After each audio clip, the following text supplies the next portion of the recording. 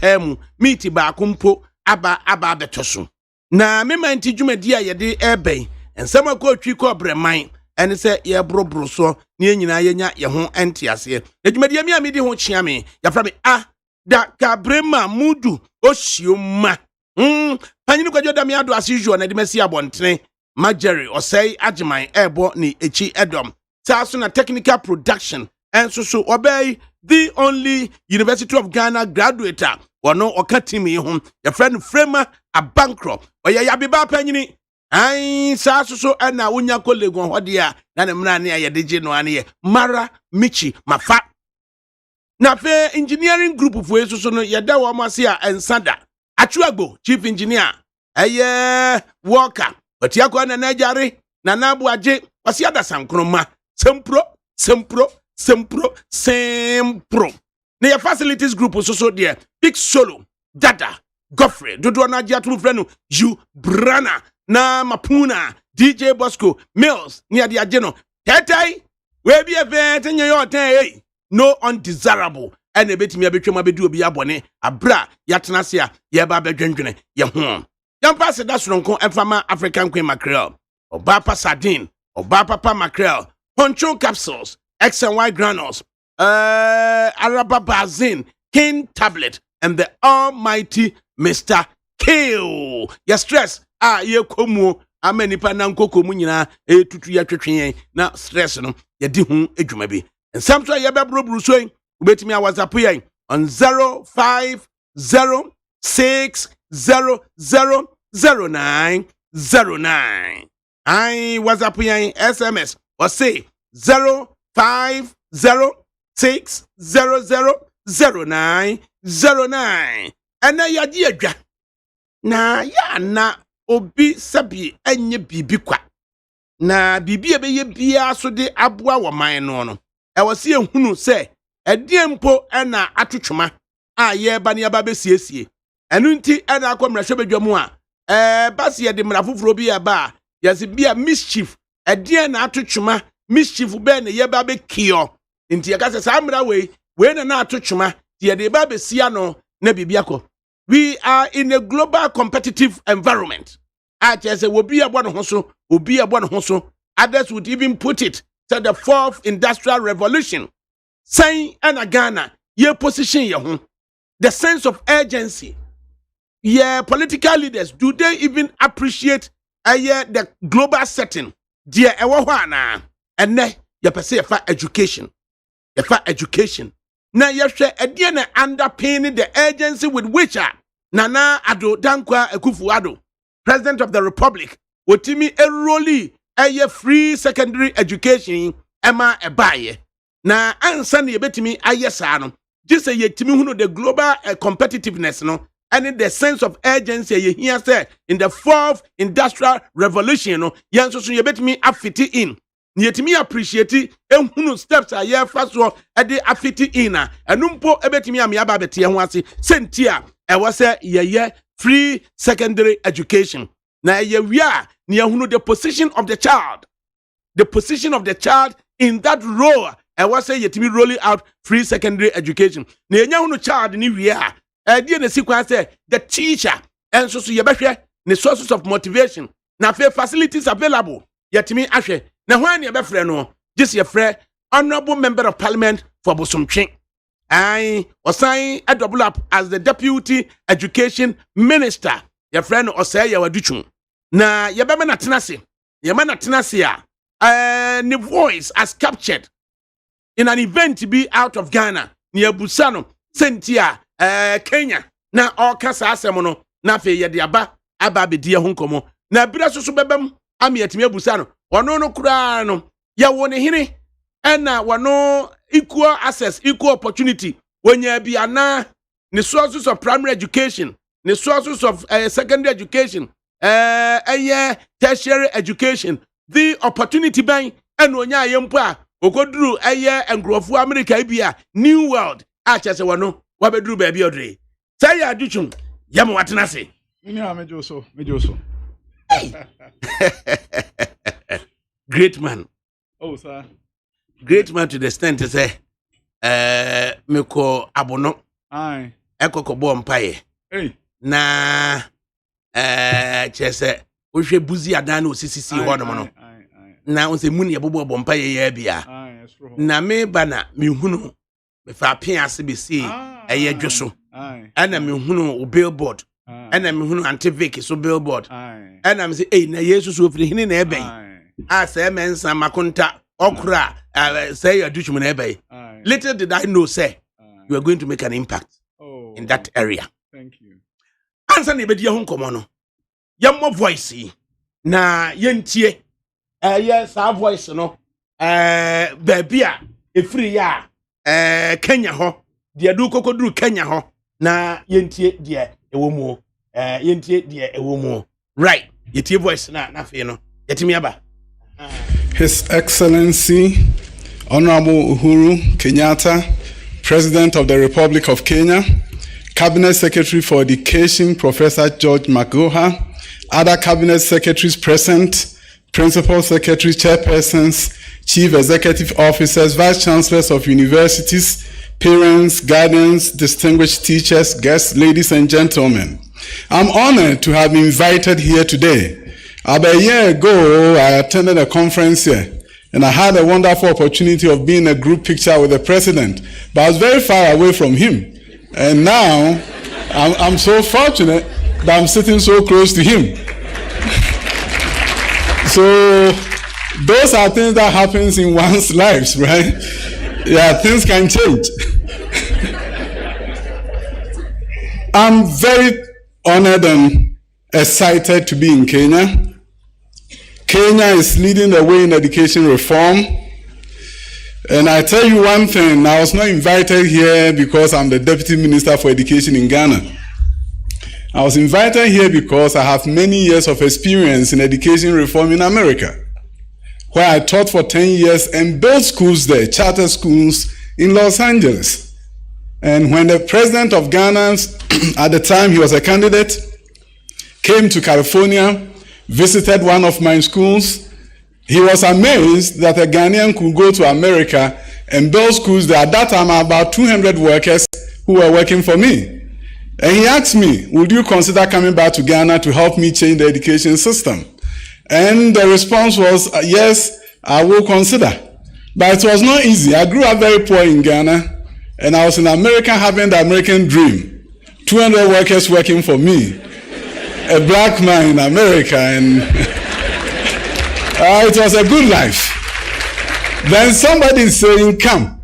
So I met with a mentor of mine who happens to be a former congressman. I asked him, should I go to Ghana? Should I stay in America? And he said, yeah, I'll tell you one thing. You've done fantastically well in America, but America can do without you. But maybe your country cannot do without you. He spoke to my heart. I was ready to come. I went home and told my wife, we are going back to Ghana. He said, going back to Ghana after 26 years? Are you serious? Yes, we are going. And long story short, I found myself in Ghana. I ran for parliament, elected, and the president asked me to be a deputy minister for education. The president had a vision in Ghana to transform the education system, and that is why he asked me to come. He said, high school should be free, and people were saying, how? It's impossible. He said it was possible. He handed the responsibility to us. The reason I'm bringing this up is this. When you have a determined president, everything is possible. And that is why when I look at the curricular framework and the work that you are doing here, I was excited to have been invited. You see, in education, there are three things that you have to do in order to transform it and make education relevant to the fortunes of your country. You have to look at access. You have to look at the quality of the education system, and you have to look at relevance of the education system. Every aspect of this is being tackled in this country, just like we are doing in Ghana. So when my president began the free senior high school, and people said it was not going to be possible, they were right when they said, you don't have the buildings. But because he was determined, we had to borrow from America and got a strategy that enabled us in 1 year to increase enrollment by 150,000 without building a new school block. And that is what a determined president allowed you to do. The political risk was huge, but he said, go ahead, with your knowledge, support your minister, get it done. And we got it done. And we introduced a double track system in Ghana. And as I said, go 150,000 students to go to school. Then we have to look at curricular reform just like you are doing. It seems like Ghana and Kenya are twins, and I've come here to realize that most of the things you are doing, we're also doing. And as I talk about access, you've done fantastically well. I look at your numbers, it's amazing. Then you are looking at quality through the reform of your curriculum. You see, the olden days where the teacher expected you to just memorize facts to him or her and you are the best student, it doesn't pertain anymore. If you do that, you are not going to change your country. Yeah, they will memorize it to you, but they walk into that company and the CEO is not expecting them to memorize and they fumble. The Brookings Institution recently did a study and it said that we, the developing countries, if we have to catch up with the rest of the world, the developed nation, is going to take 120 years. And they recommended that the countries that are going to do well are not the ones who are going to wait till they finish access and look at quality and then relevance. They said the countries that are going to do well are the ones that will tackle the issues of access, quality, and relevance at the same time. And that is what they call leapfrogging inequality. You can look at the book, Leapfrogging Inequality. Kenya is on the right track to leapfrog inequality. And based on what I've seen and what you are doing, it's not going to take you 120 years. It's going to take you shorter than that. The Asian tigers that we talk about, it didn't take them that long because they did everything concurrently. In South Korea, at the time of independence, Ghana had more money than them, and probably Kenya also had more money than them. How did they do better than us?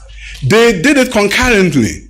As the economy was improving, they were investing heavily in education. And out of that, they were able to catch up with developed nations.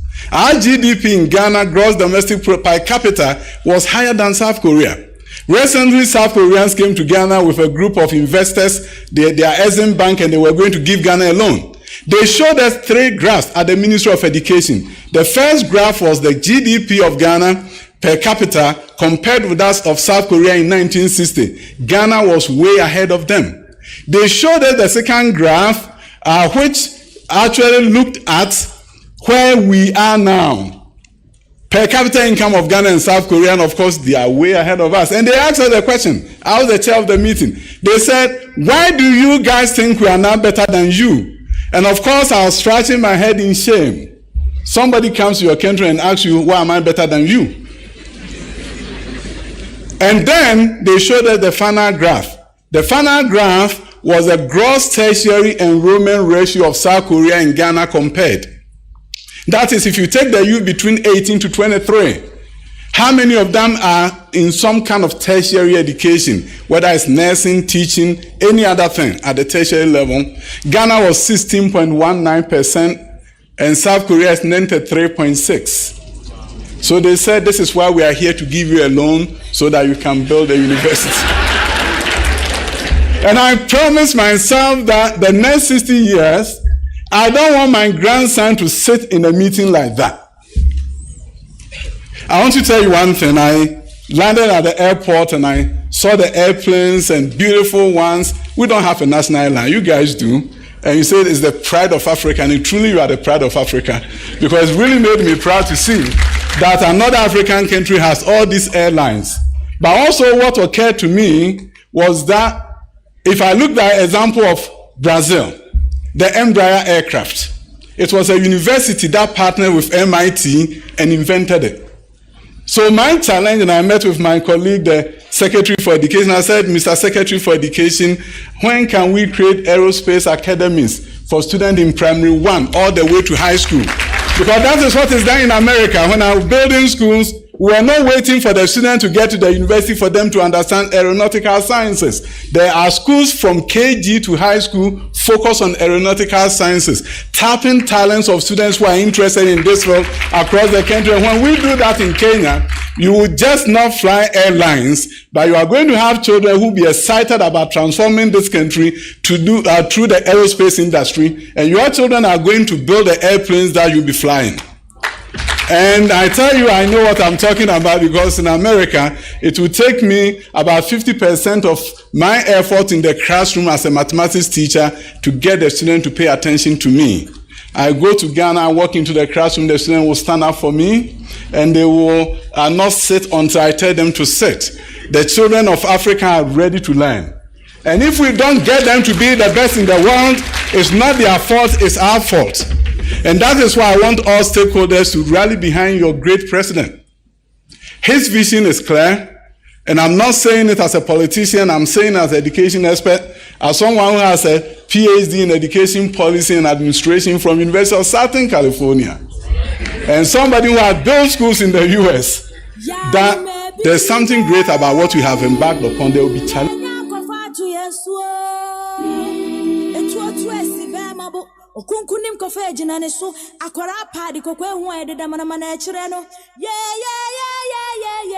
ne adehyiamra kroma dansidi fo mehwe kasemu kira awawade esumu apai mo hire nyakwa pie awawasem nie we die bi si pen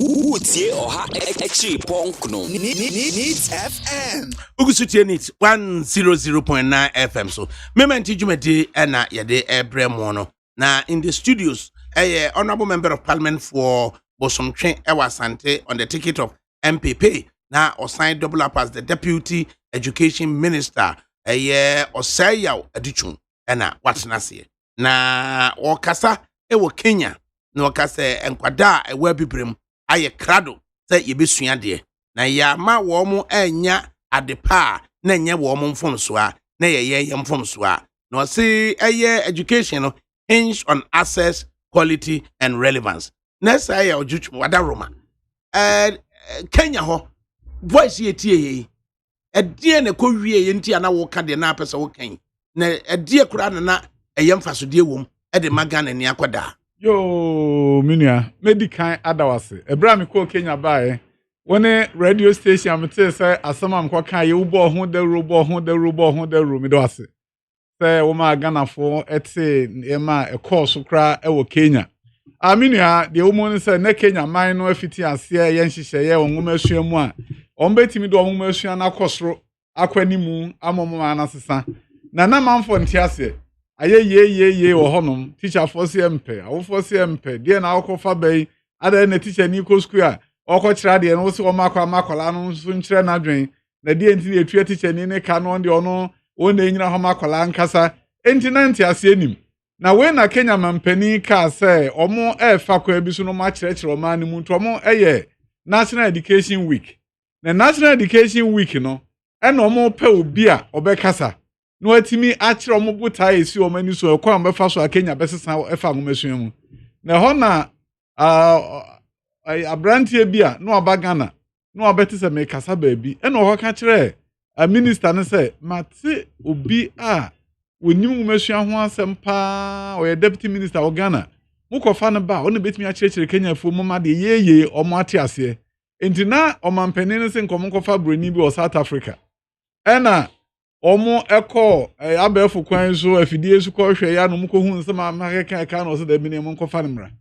bi ne amko du ho no na omo se ama me don hwere edu minute edu simadu memfa nkasa asembe brebe wo mtiri mu atwa take it ama me agwedru Kenya ese simadu because president no ofi ho na osako ba bi foforo na menso na ese me kasa ansa na president na ba into mo pentem Ahopre minia yakotna odon hwimie na president mai obedu ho tena se o se Dr. Dishum o ma anya introduction mpo enti de na ma treasure ni nyina ba so o ma ankyere ebia opani ofri ha na ba ye adwuma se no aye pen e ho na democrat no to ba bi na so me nkrofo be di nkomo tro mo de enti a ye frame o ho na adwuma o mo de abasa me na me treasure mu na de e man nkrofo ni ji kese se be ka se elupre na mo ka no e abrofo na aye na mo ka na enso mutimi hyehye mo nwumasua yi a na mofra maba ne mrantie ye kyerɛkyerɛ mo mfitiase a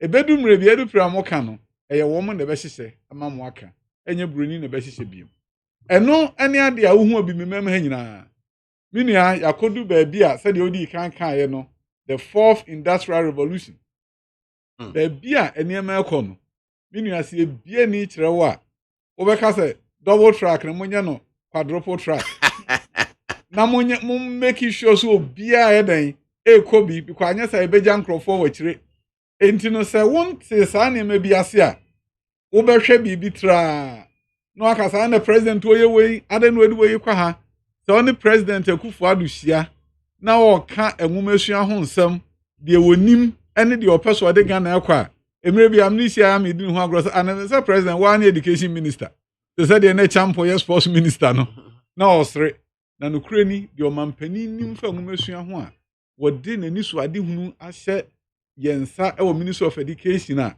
Dr. Matofu Krempe di animu say baabi a ewiase kwei enwumesua ya mpagya me nkrofo be kachire yentimi nkoya anim enti saade a ekwan ben ye befa so a eniema besesa na ewiase no sese hine na ekwa a ye kan say fourth industrial revolution mini anya sam kituo de omo no say emre di nka ne obibi say steam engine ba ye de manufacturing train bi wo hokra ne say nsuo ne edigum na heat ne nam kiki chukuchaka steam engine efiri ho na afei ye de petrol ye de guka mu ye kwa ba bi afei ho electricity ebe pie ye electricity ba na afei mankrofo timi yi adwuma kese ubie factory light yi wo honom afidie no de electricity na ye adwuma ye so ye bi ententem na ekoso ansa na kire ekoba ase computers abo na computers no utimi twere bibi ma no na ye bibi anka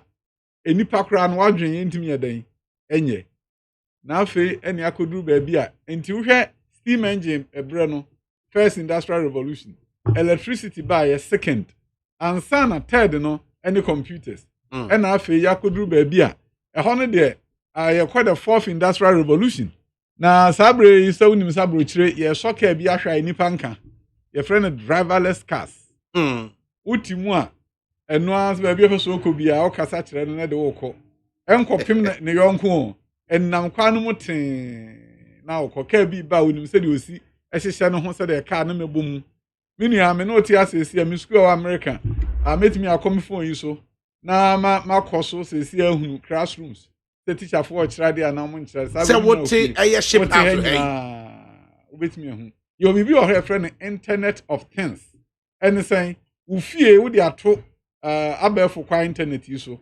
witimi ekọ ufie wo hwe phone so no akohwe fridge mu asa menam na sana na ofiri ho no mu a abrochira wasa akọ ba bi a yekuma na ntwie ewo phone no so no aka kiro mo say amenam na san ti mo mfa binya dan enko witimi kra set na app say omo atimi hu say wonam no besan yetimi hu say yehwe wo fridge mu no wonam no santi edibi ye dan bro uko rada mu odu ani kosua na da na dan abie bibi ewo ha de hye wo honam mu a ukoduru ba bi a etimi hwe ehu say awote enkran ha enso doctor hwe ho say we yare ana wote apo ewo America memu obetumi ahwe ho bibia ka say fedro free bibi 3D printers yetimi printed dan kra o design we say penna blocks no afidie bi so na printers a we ya na de akosi na da na ewie ewiase ko ba bi a eniema na eba no eso na sa eniema na eba na eso no anhihye o maye ne kire se beduru be mfie dukra no na enwuma bi o ho enwuma be o ha mo bepa aduasa ayera unse first na ye free abrochimemu nyina no mo ye se meter reader and I had a meter reader so ka abrochimemu ni hobiem electricity ye be ofie na ye se krama bi o ho ntie suro obi e ma out na office anu hu wo no electricity a we use ni a charge on enti ba bi ewiase ko no esese kwa ye fa so kira de no ye sesem enti the fourth industrial revolution no akoba se nkwala mo school sese no on se beduru time on be university no na de enti a wo ka se ebi on person be accounting we beduru ho na accounting ne man crofo kro nya biem na twam eto no akosua sa global competitiveness no a him find this sense of urgency bi ba say yenkonkosua enti de atiansa minua ba bia nhwehwemu akoduro ne say gisa wo nwoma asua no so osesem fisa anya saa na ebe kakra no company na bag and office bi o bank o be found that workers ni nyina we hia omo we he na robot bi na si ho na nansan Qatar a Middle East o mampani bi e conference the bodyguard a robot and we didn't achieve cow.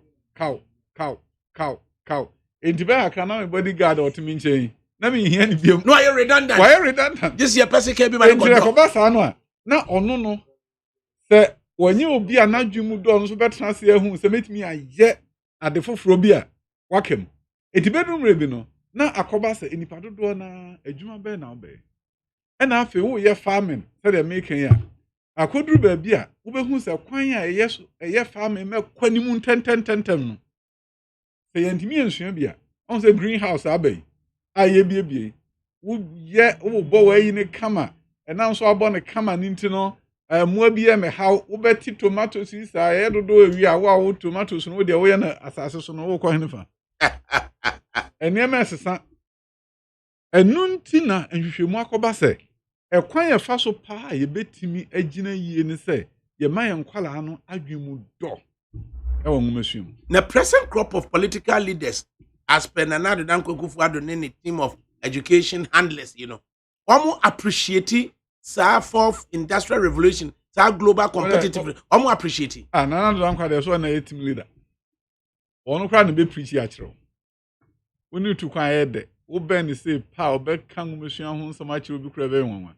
Oh, and no amount for NTS say, add then, and now with the double track back, and I want to was the NC die.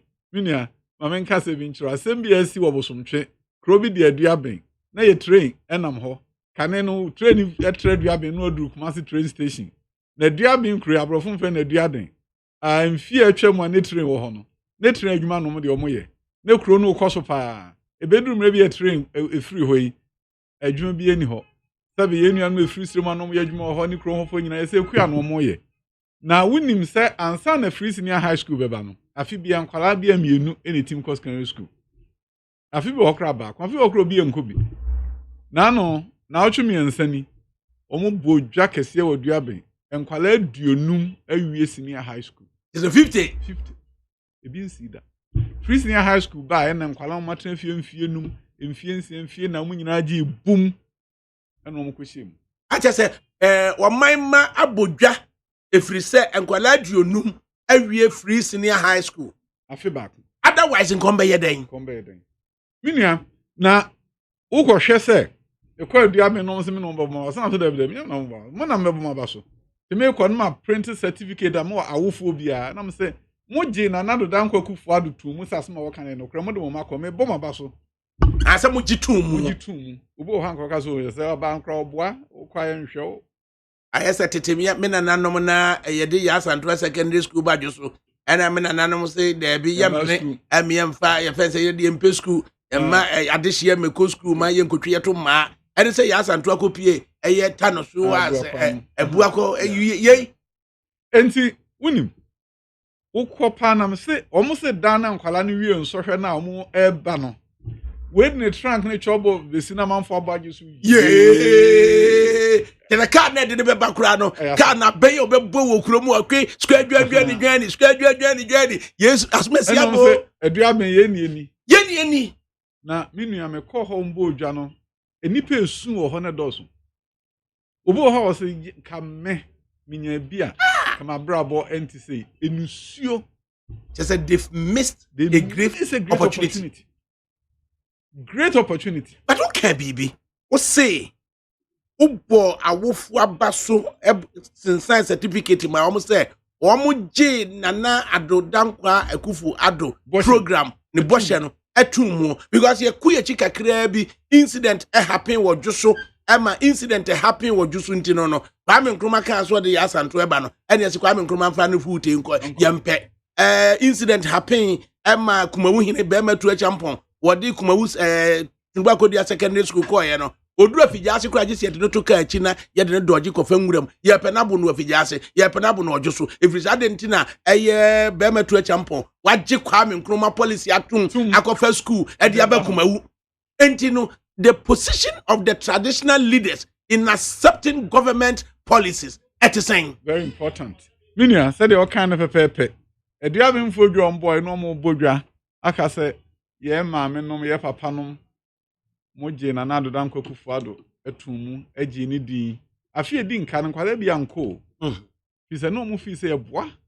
Ye nuanu bia ka kire omo aso oboa onye enti na fi 300 and first I call it 365. The next year no call 434,000. After no mu say say no kre. To me di ka ni nya gidie wona na danko kufuado. Na de make akosi so ne say the broni friend leapfrogging no. So what you name me and son I can't want some woman show me here say access, quality, and relevance. Access and say will be a crime will be at me then. I could be Equal access. And then ye FQ, free compulsory universal basic education, president conform a capitation grant by to be a bit me a school nibi. Ye na kakra ni ya kuya nim. Na fe baby na in as a contour no. Contour ni mfimfini kakraka. Ukodura no hansa na bepie no akatwon We aka contour na brofo betimi aka ma non accounts na ate ade a wo peso chese contour a hu se contour so ampa akoa ama katwom mini ade tie ne se ade ba akoa on se Ghana you say education system is a pyramid. Pyramid ufiti ase na kakraka okona nim na eden eketwa Our education system is like a pyramid. No, it has to become a rectangle. It has to. Na you bet a pyramid. The etienne say, a here for no, and every move. And now my ketua been to cost running Nessica for Neco. And here for no tigu, no more tigu. The day I ain't Tiasian say, the Koju men saw free bonco. When to me and co senior high school. Enyo ono nkwa na aboka o man na aboka onyame de bibia dua kodwo mansemu anka na dwuna edanitri mu ma na kwan a wona nkode bibi beba enka bese san man no hyebre enti na time double track asem na dan kokufado ka asem bi o se ade a mode be de enti a meta kire se yenkoso ne yenya ne se ebia akola bia yamfa double track ya ma nke beja na kire no ono ne nyame de ade bia hye ne tri mu a so school ni bi obese saga na hyebre edi document o ya ne Dr. Oseya Aduchum we honorable member of parliament for Bosomtwe Ewa Asante on the ticket of MPP na osan deputy education minister na okuta PhD in education policy na enkomodie yabese yete ye ho ase ubetimi so ene ye di nkomo bi WhatsApp ye on 050 600 0909 050 600 0909 ana betimi attest kra yabaji bread na yetimi akenkan bibimpo ana peso busa Dr. Sayo Jukum within the context of enkomo ya yedie ya ubetimi abusa comment bimpo ana opese utimi eye in support or as a caution on the all kanso ubetimi awazapo ede aba yabaji bread na yakenkan doc say yetie year. Yes indeed, 4th industrial revolution, the world is in our palms. We are seeing the ukuta Android phone and grofwe Apple ibia unim the ekoso American classrooms abra what needed from studios. Yes, there's a global competitiveness. Na do danko kufuado wakofa free secondary education ni diaba. Ya pesi hunu linkage the underpinnings appreciation bia nanado onya ye within the context of global competitiveness no any 4th industrial revolution entia o siege na yes e was say yetimi eco free senior school. Tell us more. Minia me dase na ade ba kwam di kan say wo bi ekwa access. Yes. Na the here power access no mu ne say enhihye ya na hwehwemu a amansan nyina ye ne say ade etim sisa o man pa ne say onkwala adodo betimi move up no ma tertiary na ntwa so school empirical scientific evidence. Your free gross tertiary enrollment ratio na me kan o Kenya. So gross tertiary enrollment ratio no 40% to 50% your country doesn't change.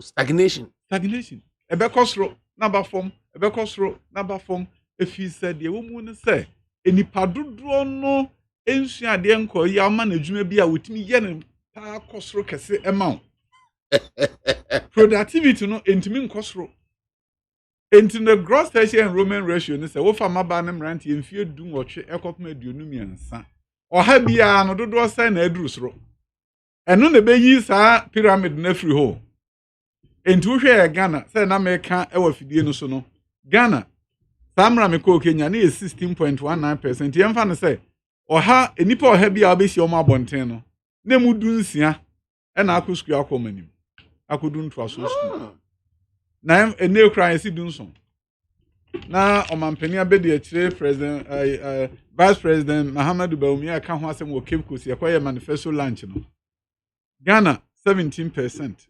Ɔha bia mu du nso. South Korea 94%. Yes. America 85%. Yes. Na minua.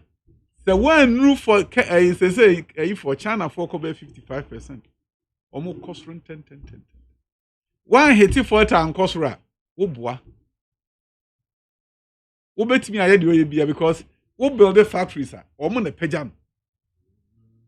The way you be on a pejam. There's a way here specific interventions be to grow your number nana. Numbers no ansa na be quality make ho asem.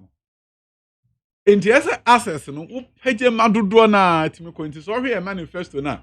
Ye free senior high school enti na nkrofo nti ase.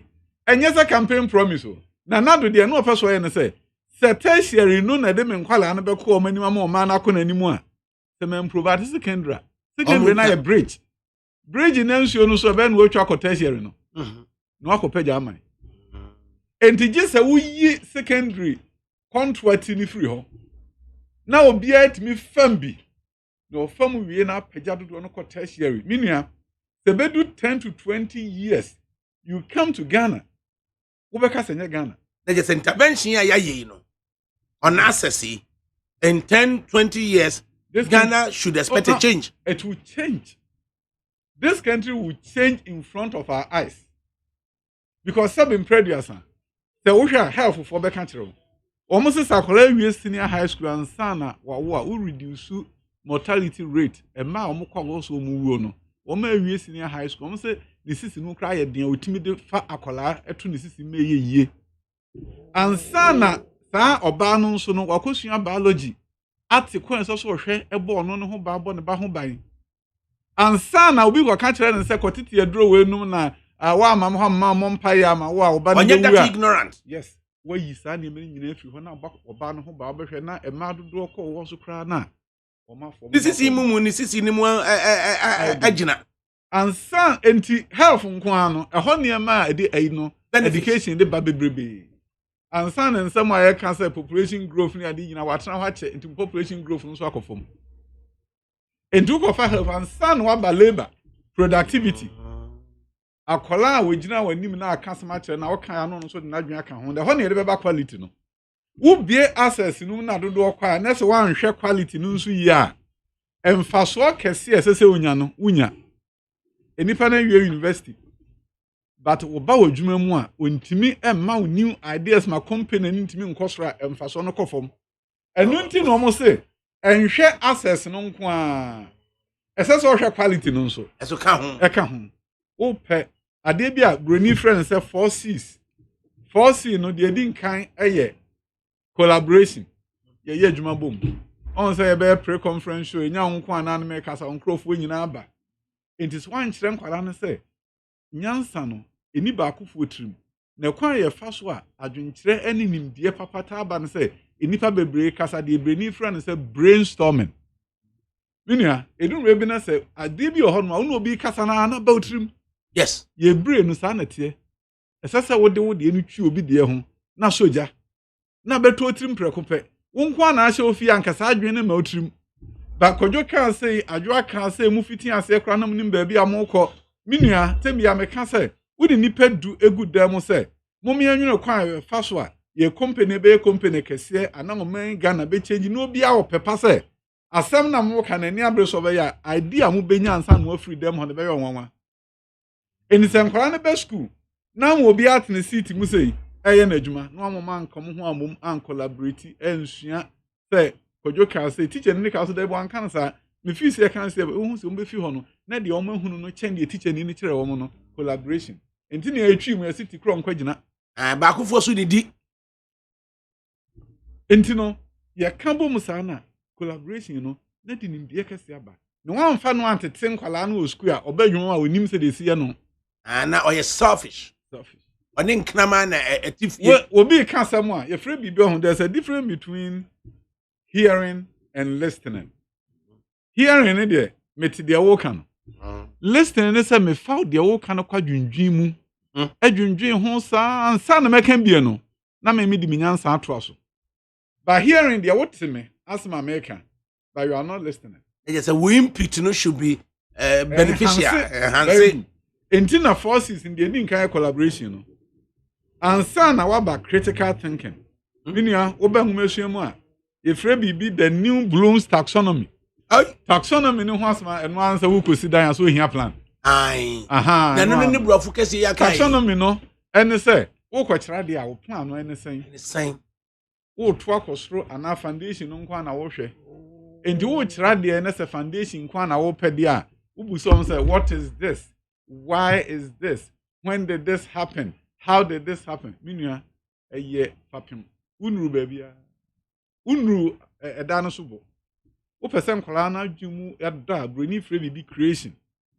Creation is say e bi anka bebu san kwala na say idea nti na enyusi boni Africa mu ba ne ade ha nipa dwen na waka etimi ha witimi yo ya wakoma etimi yo ya wetimi ye no makeka ho nsem mebrebe.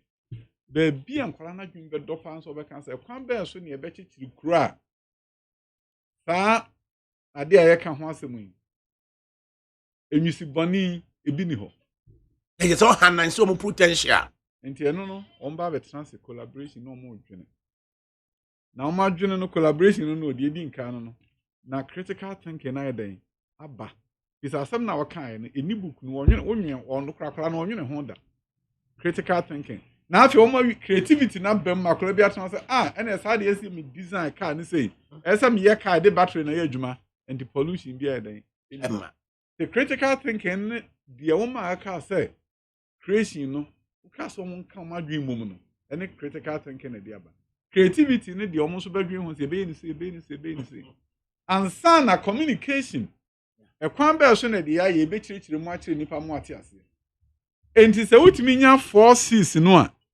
afei na onwumesua no emu do na quality ne ye dan eba enti enye se wa bie kwan kwase obi enko university ba obewie university no na wode ade foforo bi na ye dan aba ama ono na ankasa nkra na ogina nka obeka so obepa adwuma no ono na eye ebi adwuma man krofo ye dan eko minua hwe uber de ode uber buy no oni taxi ba kokra o and so ewiase taxes na cars nyina ye adwuma ma no creativity the odi uber buy no krofri Ghana unim se nko no nko taxes na ye gina America ni abrochire nyina no ke Ghana economy no nka change the odi Google buy so free Ghana nke Ghana change uneche se nkitimi invent bibia ye critical and relevant to the world what's up the tax and kobetu ama Ghana no nke Ghana ban wote honum sa na nke wo ogu nanum enti baby ewiase ko no enye sa chigu tirim be ka kire me biem baba ye die na twam no ne bretwam say ya dwi nyina no o ma ne se enkwala be pass wasi no ma pass BC ya yani Dr. Osaya Dichum or honorable member of parliament for Bosomtwe or a deputy education minister and yanino edinkomo. So now we know of access, we know of the quality. Yeah, quality anyway. You go so? Quality never be any counseling. Which trouble France said, dear Napa Soyos may you say. Na enkwala no no ntimi ani nkita ho awunyo. Oni omo ani nkuta ho a untimi. Na otwumi enu atwam na twam akobosomtwe mekofa akwaso. Me school da na na me ne nkwala yi me nkɔhwɛ de ekoso na me ka kyerɛ me dra wase munyina na me body de sie. Ye koe ne nkwala head mistress hu me nso sa ne ho po me say deputy minister onim say da bre wanya asɛm bi. As ma me ne nkwala be di nkomo. Yes. Ne nkwala no start di nkomo ni me wie no. Obi musa me question obi musa. Be musari. Headmistress in the abada ho na say headmistress wunti na nkwala enwene. Abai ya odi ato he di enti nkwala wo mu ye nwai. Chehu. Ehu. Enti na die nyame die adue ne mo no. Nkwala ni ntimi enkasa nkyere mo adwen. O ka bi a teacher ni because oh bi ade we dey why na kama na nso nke ni say ya pu. Ya tam no. Menta teta. Enti akwala to kwa wonsu ntimi nkyere na adwen. Afi mi ni edi be sima edu no na nkwala no busa questions edi nkomo sa. Oma ye relaxed. They say omo ye nkwala amajo ma tum se me ma pepepe na ye kwa me the books ni ade koma om. So na aso ba kwa me ka se me Kumasi girls ebe afi atwamu yi. Ye Kumasi girls. Na me call classroom bi nkwala no ye physics science for no. On the girls school. Nkwala 581 classroom mo ye physics. Na America memo no se obi ye physics na nim so ko engineer. Enti mi dru ho mani anje ma America sam na bam what man this is great opportunity many break come bro focus here sana na bibi busa se mi musa nkwaran se dodo se na person me engineering minua obi ampanya no physics students of 150 no singre 150 50 students of physics no back one page says over engineer. Once girls, madam's in any headmistress. Nobody. I was so disappointed. Wow. Instead of saying Kebia, my cousin, and the Samuel council, I'm saying, okay, what can I do to change this narrative? The one I'm headmistress, I ring here. First school bus, Sankwale Gum, Dom Bakra, call Parliament, Edum Fiho. You call Academic City College, Hacho. One of the best, probably the best engineering school in Ghana. Who call shame for the go up palm the engineering Academic City College. Hacho. University College. Who call whom and for the go ha. Na me ni wo mo dada. Ho na my range na nkwala no. Edom ko wura ma ba we. Omo ko tsna ayi lab ho. A share 3D printing, obi design dey bottle in there print it. Oi. Omo tsna honom just one day o. Omo ba nyame krom. Omo ekwa obi aye determined. Now no na me friend headmistress. That is saying for omo applications omo apply for brand na me hwe kon fa so be bo am meaning 24 students have applied out of the 50 have applied to do engineering courses. Na je say upliftment bi kakra bi no e ba ye no. Counseling. Career counseling and guidance. 24 students. Me draw fi akra me hwe me WhatsApp yi no de aba. Meaning enisuo gu me. Yes, we could have made these interventions earlier. Small group. Such lady engineers, yes. The quantum of advantages to the country. One school, 50, 24 I apply into my job application. No, I university. I couldn't pass for your ball. Meaning they make question say quality no. Which idea we are counseling important. The only counselor or school who teach and you to say with me a counselor. Aye. Because now me go school with the German Pensan Kumasi school. And me could do honum no school in time where the man said and me ban we. And as a time also inside I mean call elementary school and I mean call said yes course me call junior high school teacher need be about it. Aye. Just what do my young and will go. And Johanna, me say, sir, what's going on? That I'm no interview to me. And I'm saying, what's going on? Why are you beating them up? Also, my mom homework here come from I'm from and we are unruly. And I'm saying, any day didn't Kenya or man from home a camera. Was it Debbie internet? And then me no. Debbie and I'm saying, Debbie I'm from my Obama changing. I change resource necessary. I had to boss it. Now no money income. As somebody can boost almost say, Mumudu do say na mama made the card the mubesi ene. No more than from Tapa paper. And I said, now more fans were okay. Yeah. Me mama mpo anya bi papa anya bi na mama. Such a hey, did your mom bring you here in a car? No more than from Mama mo kura ni anje. And I'm say, asere se papa yi. And I'm say, na once we nyina, ube pese. What the car do back kwesi school na. No more you. Bina, I'm breaking the mind. And I'm say, teacher ni no house obe boamu. Aye. Teacher ni no akọ university o. Aye. o ha se obeboa me da che so di ye what di teacher ni no nya na osu nwara ma no dabi mo da chinti na nani abre ai ense so obo mum na mo da chinti na nani abre anti dom kura nti mo yire mo ho na musua de na da chin ho na me de mabra bo ye atoto ho ma o mo ba bia na me free me kotwa domre kwa yen kan minua yen kenten anopa no num na ogina lorry station what the kenten na to so be do asaf market na where you the atotro a truck so the truck na twin the wako bode kumase me can dey say a continency car no afa I Jakraka was the continency the first station I was asaf market minua hey e bia bre me kan I bode ni eton ama bode ade de enko ama me awurade ma me akwa bakoma no uko pie bode ho na gia ayiduru bia na ama ne na ba ne mfanfo abegu ayi so ebi ha ayi no kente no mmia ho se yom se ye bi ho mmia so se ogu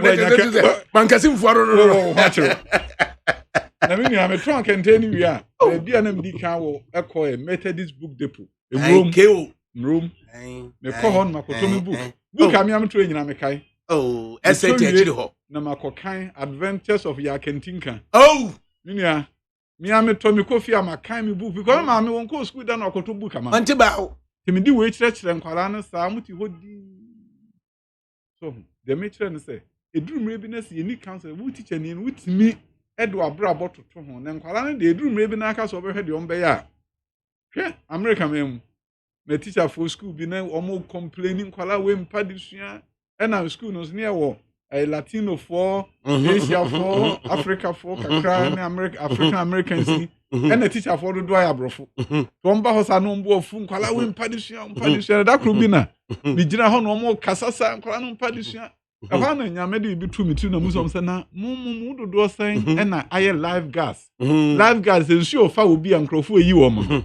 e na se na mu dodo san e na aye adwuma no bi da nipa be na pagya mo nsa e na se ensu ofa obi na ukoyi na ohun se wo ba wakasa nyame me da wase so de kodwo mensa ba so meyi mi anase one okun kikiri ba kika kwa so one okun wanye ni onso ya cheche se uja no tum no aso no mu na am se nkwala no o mo te se obi ensu ofa o mo nim de wo ya ma wo mo dabi gisa titine ni so ansa no ade wase enti wo ye teacher ni wo classroom nkwala bibi o mu o mo ye ne ma yi a nya botre ne hu se otimi de kasa de no mo kasa daachi omba beda wase ne die te se de ensuo fa wo mo omo no beku aye ni me bi e be ma okra obu ofu nti when enough justification kura se umfi wo mo enso ne renos ha de na do dan kokufu ado kan nyina nse quality asma ye kan counseling e kan Ghana education service omo ye ho adwuma se be ye nkwala no benya counseling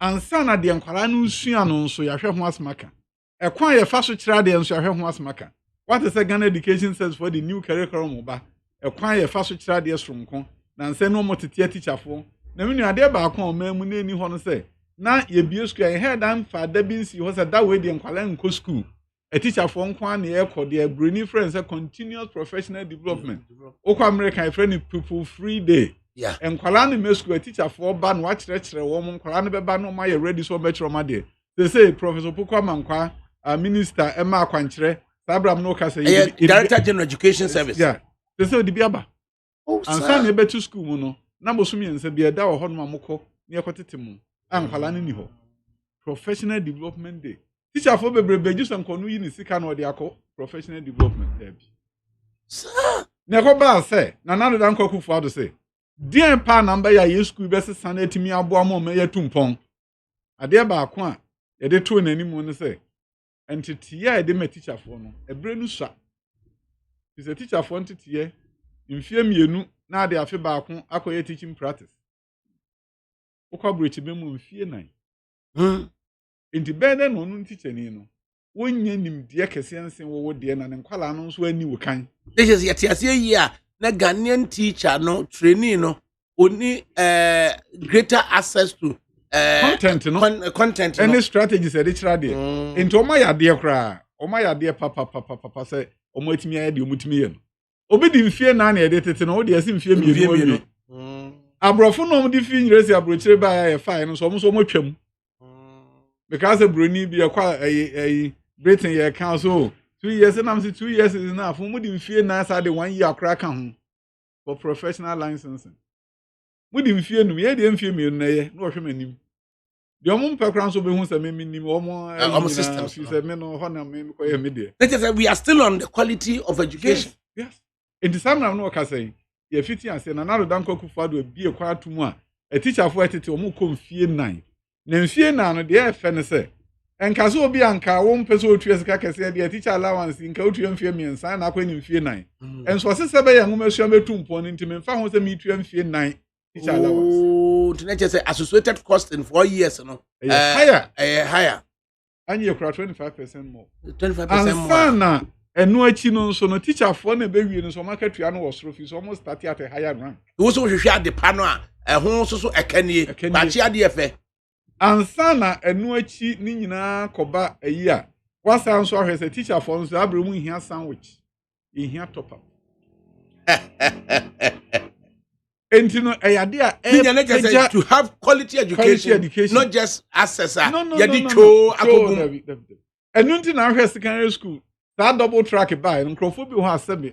And I me cut him the over say double track. The bonnet. I'm so won't you say I'm in church room? He said, oh, bang, my dear pie here, apart from quality teacher. No. And don't sure do and Qualano near teacher for the dinkita. Contact hours. Na ansa na double track ebeba no near your trimester near any semester trimester no na contact hours no eye apem ene aduoche don sure no apem aduoche 1080 hours double track by minister for education ka say da bi ye de ade we yaba ye ma enna dodo na kofom na mum don sure dodo na de ese kosoro enti no da bia na de don sure ba ko beka ho enti nse nka ko school fi no nwotwe no mienu no opon no okọ no nwotwe apon no 9 near the lunch break abam enu na kofa asa ne saade a lunch break ni bam dia wo ma fifie ba ne mo maduane is won dimi ntina ho mfi no nwotwe nkopim no na wabro ni di ye enti mina aduane ni no nso ntimi ntina ho mfi no nwotwe nkopim no 9 it is a concrete plan a day free lunch e baaye na day students nso atimi atena ho fi no nwotwe akopim no 9 enam sa no wo ka don hwere dodo ankwara de sua de senior high school sese ni bomu a 1134 apem wo ha aduasa 9 na ya apem wo ha duotwe na wonti ase a na je say trimester no contact hours no 1080 and na semester no contact hours no 1134 and the tie no say and na dodo om di school no de tie so aduonu nanso don hwere do edisua de and no course creative entina Ashesi University Patrick Awuah can say it was a stroke, was it genius? Was it the other side in the buy no? A dream papa. Beyond what we are seeing now. Now, oh yes, I did when you know, Saka say. Me sama musika and kwala omu school no and nam sa sabre the cut off bien no make cut off no once. Cut off bien ho be a baby into no and kwala be home beba no mo me be our form. Money sky. Monye extra classes. Yeah, I discount on mamu. Akwala bi obebe bia na nwumesua no for mo hwe kwam be fa so on the page. Minia national science and mathematics competition no. When bet me akasa nkwala we no nwumesua na ofom. Ko hwe schools bi o hono a mo ba ya na obi nyini so metimi aduru hoda. Nwumesua nkofom se de nkrofo timi ka na nwumesua ekosoro. Fisi aside sika sa ma school se mo mfanya dwetire. Mo chiche me teacher for e no mo nsa mo nkwala no ho bai. Therefore no so a munye aduane ne e na mo ntena ho.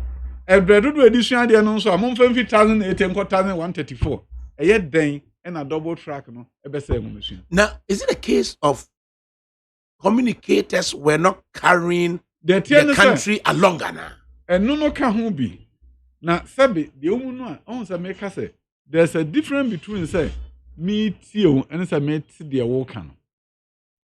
Edurumre bi a obi o ha wa ya na dwen say the MPP be enye wasisina so obunu egum enti no on no bokra no atiase ana wontie de wo kan na mo ba de wo free bar no de on tiase me ti say president Mahama Mampani dada as am wo to Frank DC me ti say o kan say double track me twam eye green eye red eye gold now say Mr. President won tia se afremba be chirechiro Okay.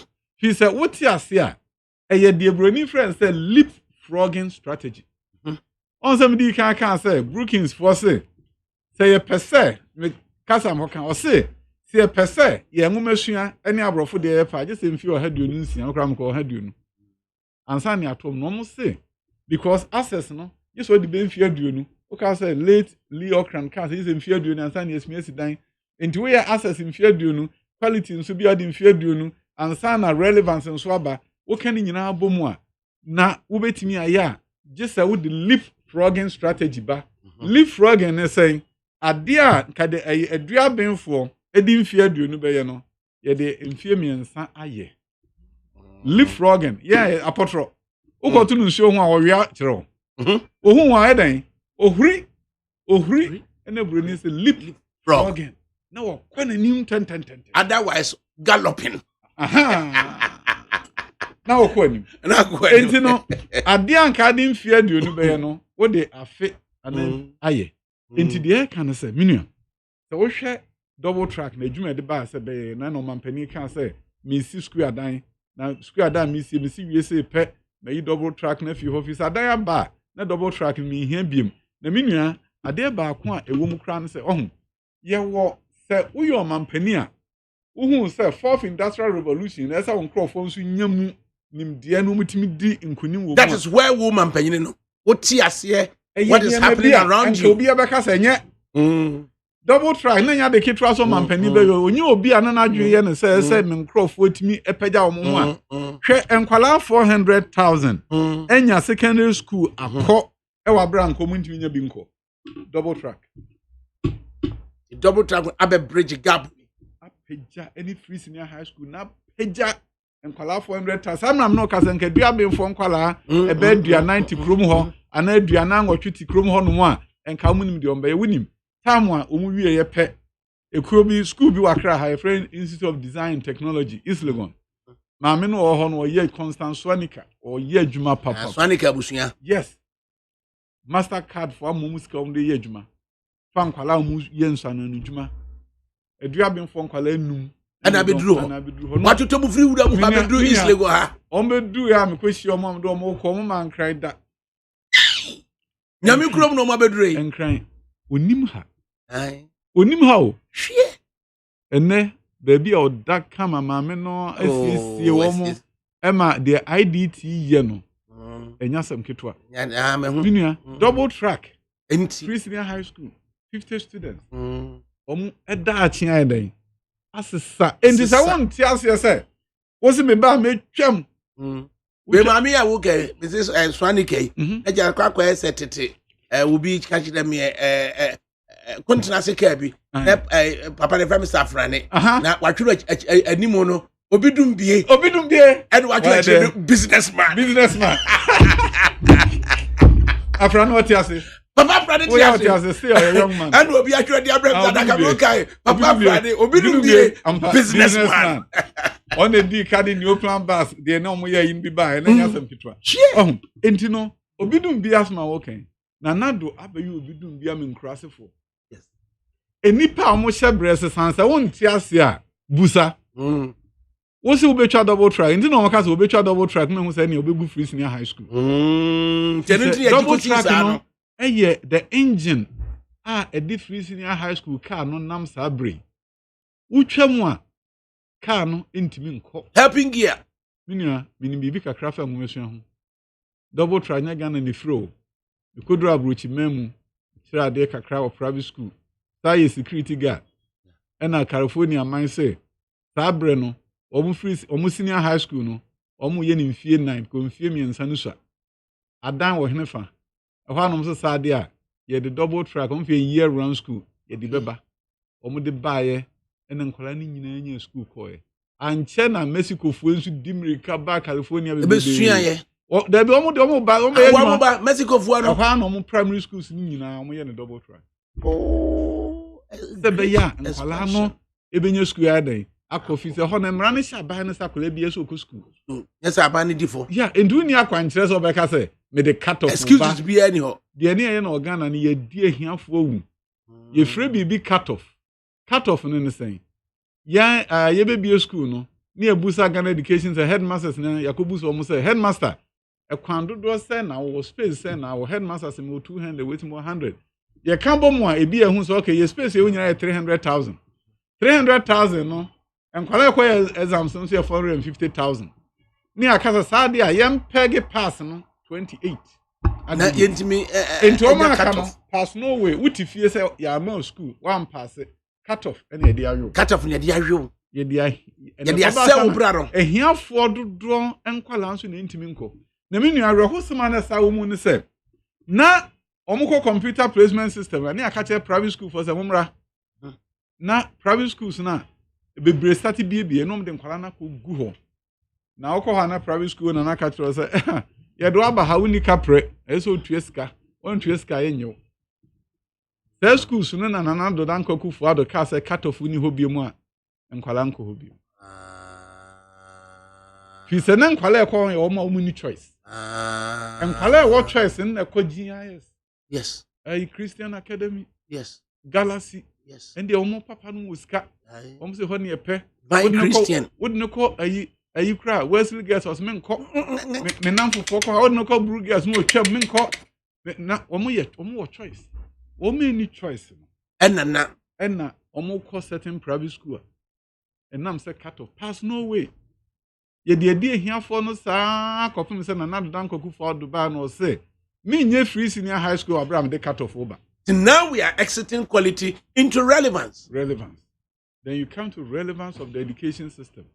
Now what shall say what say ye person kwalado do be engineer because engineers in your shortage shortage of engineers. Yes. STEM. Technology on the cyber security and crofo ko wie sika wo bank e wo fidie so. In fact, this month happens to be the cybersecurity month. India never. Sir.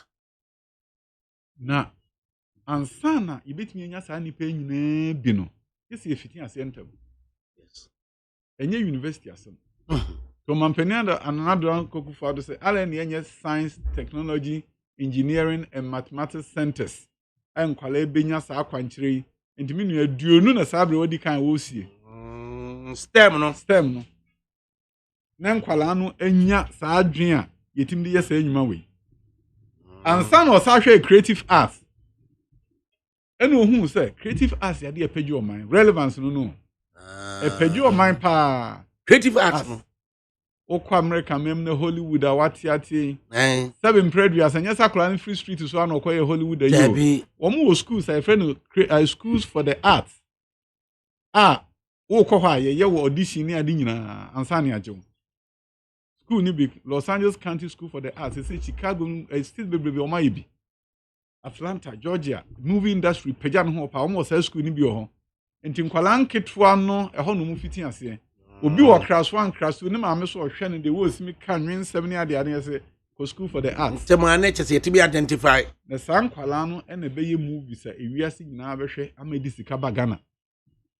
enye kuma wudu nko a nye kuma wudu nko a chese ya sha se kuma wudu mu na afa kuma wudu abe Kumerica me yankin messages kakra yankin yan quite interesting discussion okay conclude on the creative fast father so say honey kuma wood center father so bonting school kakra kebia na na do dan kwakufu do apagisi for be creative fast no best letting kwala ni nyina fi all over the country no maba ho na ho any baby a ufi ho no ma okra de wotima ha na che nafti for the page and kwala na kuduru baby a ebema creative arts industry no enya fapom a eno no be page a omu nyina edo makọ mani yeah can so the practicals and imagination yes and fantasy any relevance not just say be relevant and possibly timely enti ansana STEM any science as make na nado says schools emkunu throughout the country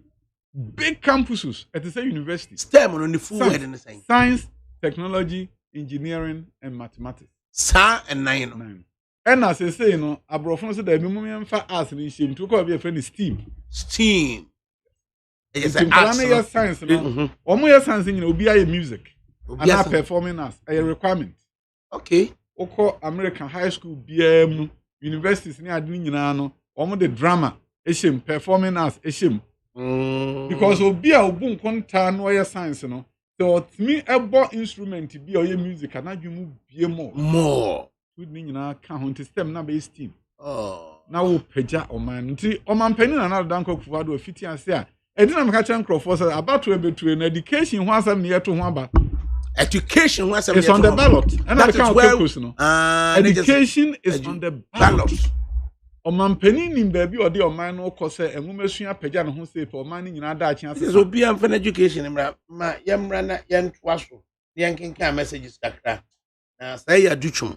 Is it a matter of facts on the ground and now or on top of the issue and work at the yang and now say at the end de e wo ho ne ye nanka e wo so obi atimi sua e ka bi kire ye yengu so e ne ntie enkomo no I will abra you will need 100.9 FM.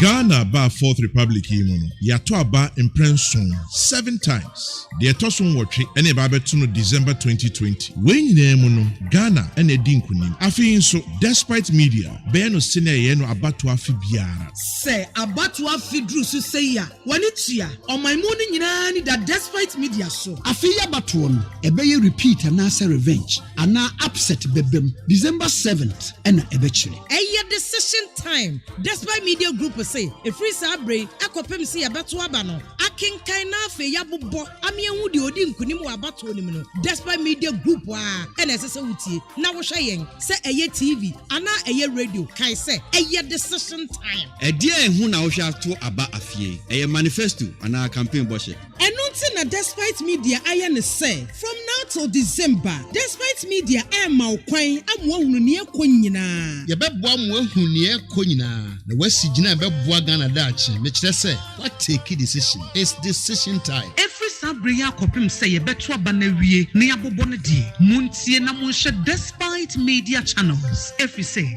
munnim die betimi aye NPPC for more to do more NDCC change the change CPPC yes sim PPPC a new hope for Ghana LPGC a unemployment benefit for all children under 18 so what Ghana Union Movement in ka obeti gum na APC eno akwadonko ono susu sen enye no eye decision time enti siwadwene pi Winim that I said despite media dear ya can say enye yesi ya kan fenchem na 275 constituencies ni nyina despite media wo hodada enti uni how despite media Metro Peace FM Hello FM OK FM Neat FM UTV and Peace FM online ye wo hoba wo sade ye ne dada no enunti tumuday na mafidie ne nka heya decision time on despite media ye na ye tie Wenti ene eto sa frɛ say Brabeka despite media platforms ahodo nyina ho with our team of experienced journalists and reporters you are assured of nothing but the best for election 2020 ye shamobo said 275 constituencies 33,000 polling stations ni nyinara yini twiem ni de ho nsem nyinara ebebrem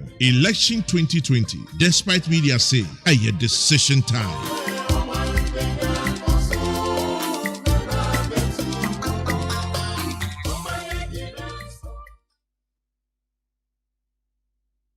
Neat 100.9 FM so any na ene Friday October 15 now Friday October 16 2020 yankinka messages kakra what if 0506 000909 0506 000909 Adefabai yani doctor Osei Oduchu yeah honorable member of parliament for Bosomtwe Ewa Asante on the ticket of MPP and or deputy minister for education. He holds a PhD in education policy and education entrepreneur at Los Angeles. And he said, Yadina Babetina, hey, where ye a say, apatra.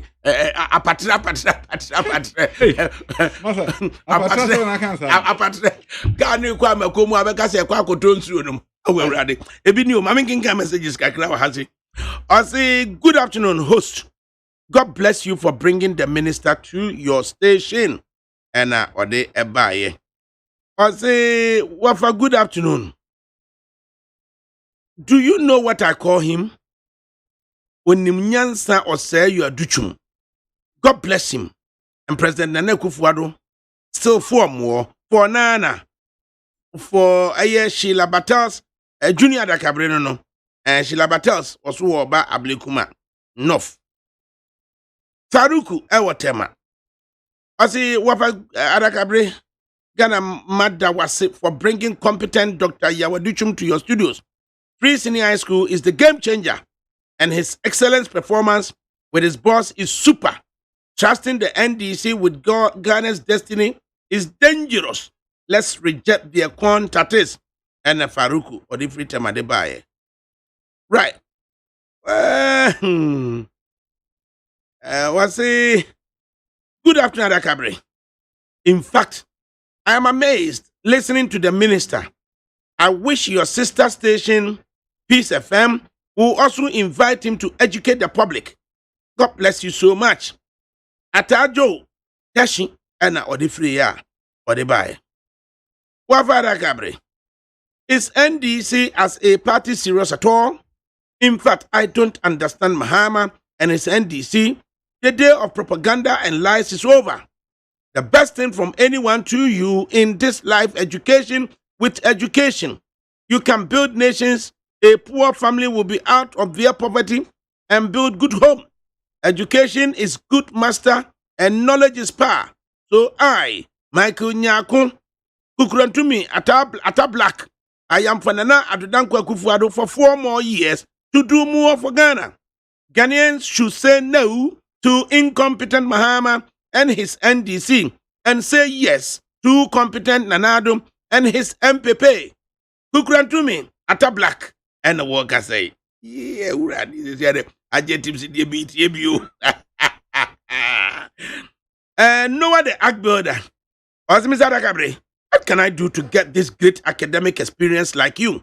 In fact, you are very intelligent, and what kills me more about you is that you know every corner in Ghana, even in my hometown Bimbila. You know them more than me.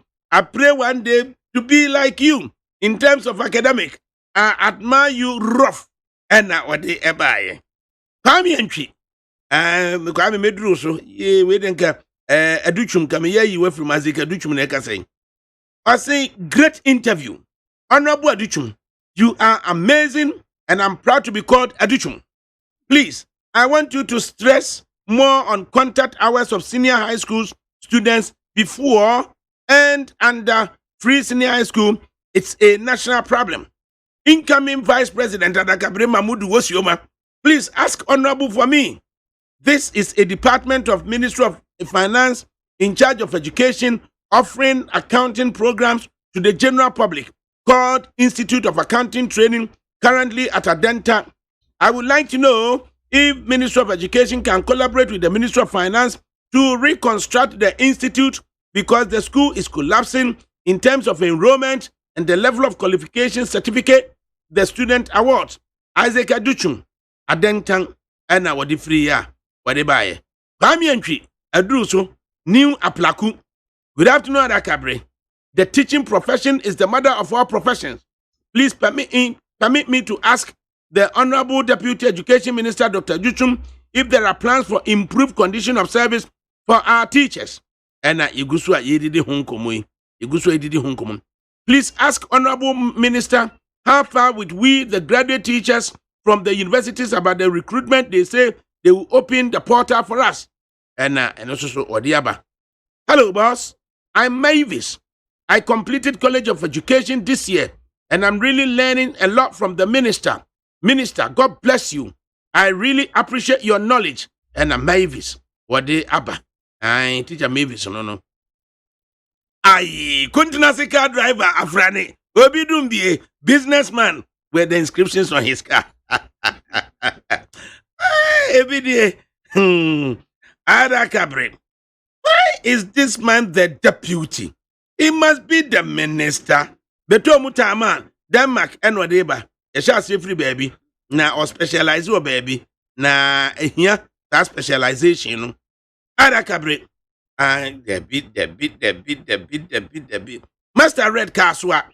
ADAKABRI. In fact, Ghana is lucky to have Dr. Aduchum as a minister. He's a man of wisdom with great vision for children's future, and I really give him my thumb. Come December 7, we, the good people of Ghana, are going to vote for a credible, trusted, and a competent leader who thinks about our future and our generation. And that man, President Nana Akufo-Addo, a visionary, a visionary leader, indeed, for more, for Nana to do more.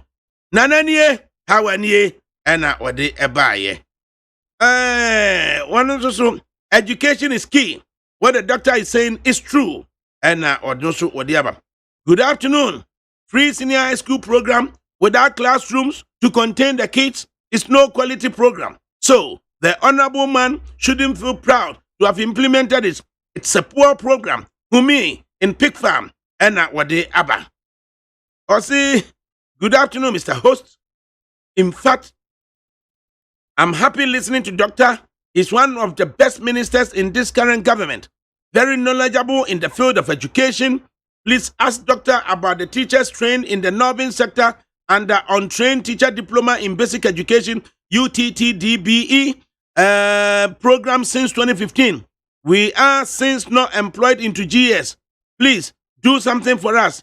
Anambe Solomon in Boku and Odifribaye. Osi, good afternoon, ADAKABRI. Wafa, I still don't believe in Akufo-Addo's free senior high school because the program is too poor to extend that whether the students passes or not, all will be promoted. So what is the challenge or the competition among the students or even when it comes to entry into tertiary, Raxon, Pig Farm, and Odifribaye? Good day to you, ADAKABRI.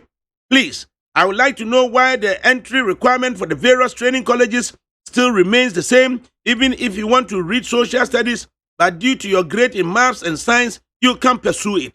I'm worried about that. Abena Dankwa, Kaswa, and Odifribaye. What's it, Wafa? The man is very great. Blessings. And Ode Ebaye. I think the government policy is on point. I really like this man and the way he speaks.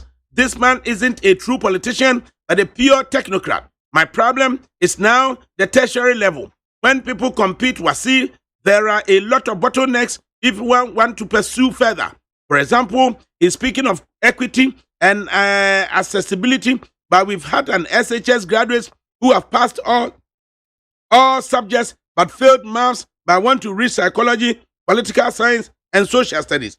These programs have nothing to do with maths, but the kids are roaming because of one subject. Aren't we defeating the purpose of equity and individual differences in education? Our attention should also shift to this problem. Mambe from Boga and Odifribaye. Osi Kofi from Danso Mami. Can you please ask Dr. Duchum what is the percentage in terms of students who perform better in the recent BC and SSC certificate exams? Osi, great work, Dr. Duchum. I love listening to you anytime. My best deputy minister from KB and Ode Ebaye. Mahmudu, in fact, words cannot describe the love that I have for this Honorable Dr. Duchum. He's a great, trustworthy, hardworking MP. God bless him. Abele Nungwa. Good afternoon, Dr. ADAKABRI. I've been telling you that the best thing that I can attest to that has ever happened to this nation is the free senior high school, and it even came too late. Thank you, Mr. President Nana Addo Akufo-Addo. But check on corruption. You are leading in corruption. Fedi, La, Ena Odebaye. Wafa, good afternoon. Mr. John Mahama said he's going to abolish double track. It means free senior school will stop automatically. Or he's still lacking sense with all these freebies from his childhood. In fact, the dead goat former president have no plan. Nana Buaji, Berlin, Ena Odifribaye. Good afternoon, Wafa ADAKABRI. My name is Samuel Yabefi Ochre from Dansoma Beach. Have you seen the reason why anytime MPP is in power, Ghana move forward? We don't just pick anybody to do anything. I'm from Eduabem. The village honorable mentioned the railway stations right behind my grandmother's house. God bless him for his kind knowledge. Right. I say, good afternoon, ADK. Dr. Juchum will be the next vice president to Dr. Baumia come 2024. Sammy, USA, Bronx. And or the free buy.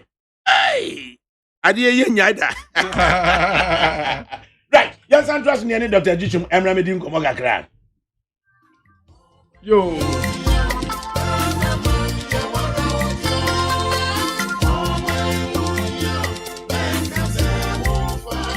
Ghana ba Fourth Republic imono yato aba imprenson 7 times. The etoson watwe ene ba beto no December 2020. When nyina no Ghana ene di nkunim. Afi nso despite media be no sene ye no abato afi biara. Say abato afi dru so say ya. Wani tua on my morning nyina ni that despite media so. Afi ya bato no ebe repeat and answer revenge. Ana upset bebem December 7th and ebechire. Eye decision time. Despite media group say a free sabre akopem say abato aba no akenkan na afi ya bobbo amienwu de odi nkunim wa abato nim no. Despite media group wa and esese wutie na wo hwe yen say eye TV ana eye radio kai say eye decision time. Edi ehun na wo hwe ato aba afie. Eye manifesto ana campaign boshe. Enunti na despite media aye ne say from now till December despite media ma okwan amwo hunu ne ekonyina. Ye beboa mo ehun ne ekonyina na wasigina beboa Ghana dachi me kire say what take decision. It's decision time. Every sabre ya kopim say ye beto aba na wie ne abobo ne die. Muntie na monhwe despite media channels. Every say munnim die betimi aye. NPPC for more to do more. NDCC change the change. CPPC yes some. PPPC a new hope for Ghana. LPGC a unemployment benefit for all children under 18. So what Ghana Union movement in can obeti gum na APC eno akwa donko ono so sen enye no eye decision time enti siwa dwumipi Winim that I said despite media dear ya can me say enye yesi ya can finchim na 275 constituencies ni nyina despite media wo hodada enti uni how despite media Metro Peace FM Hello FM OK FM Neat FM UTV and Peace FM online ye wo homo mo sade ye ne dada no enunti tumuday na mafidie ne nka heya. Decision time on despite media yet dear na yetie. Wenti ene eto sa frɛ say Brabeka despite media platforms ahodo nyina ho. With our team of experienced journalists and reporters, you are assured of nothing but the best for election 2020. Yes, Shamobo said 275 constituencies, 33,000 polling stations. Ni nara yini twiem ni de ho nsem nara ebebrem. Election 2020 despite media say a decision time.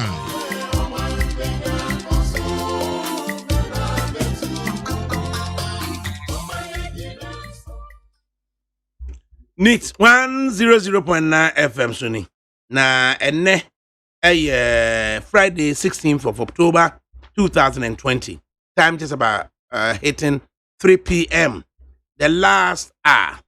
We spent 30 minutes on education and then 30 minutes on the constituency bosom train. And dear Osaya Duchum, Wabua Amaya at the national level, no. You said, do we have a case study? The constituency of bosom train and Dr. Duchum here, honorable member of parliament for bosom train, no, a deputy education minister, na yedidi hunkomo. He holds a PhD in education policy.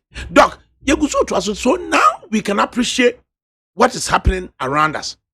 The level of appreciation of the Ghanaian president. Now, we decided with the team, as you put it, he's the team leader. And was a we are convinced that yes, Pepsi Ghana etumpom and unti you be rolling out the free senior high school. How did you propose some will be rolling out the free senior high school in the first instance? Yeah, when you say a bus here, quite bemono, eja. On sa politician, we be a uncrophos here. Omunya, in Yomuni, To Bankron one. Bankro 19 and I cast a debit. Mint now suffer back Grammichum. He said, Bassa on Becca said the Omokai no wapa no mu yesi.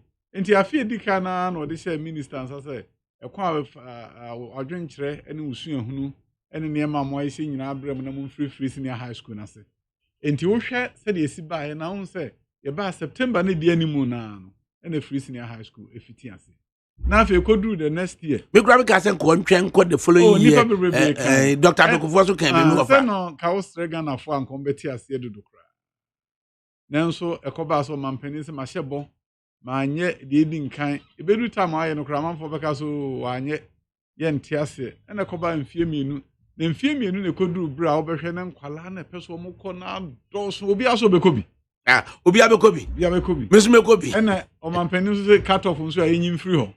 Kode na mre kra ne se nko beka se ne momfa cut off no na afi mom yenhwe kwan de be fa so e because yen ba ban mu no ye beto nkwala no mo public school no me 285,000 285 nkwala e kwaye nsohwe no so no me over 400,000 but 285,000 e kwaye bisa niam mienu na wo hono de edi nkan no e ye cut off no nkwala 450,000 e be yen so sa fi over 500,000 ye nenka kane no a enka ebusa se ya dan e wo ho ye konwa wo ho e sen enti wuhwem wie na hu so okay almost over 500,000 ayen so hwe ne de e betimi afamu e bia 400 na eno de ne ye adwuma na 400 afa wo mo no so no emu 100,000 so entimi nko enam wo hia enti nko over 500,000 no de besie ni se obehwe no na mu 300,000 na etimi akọ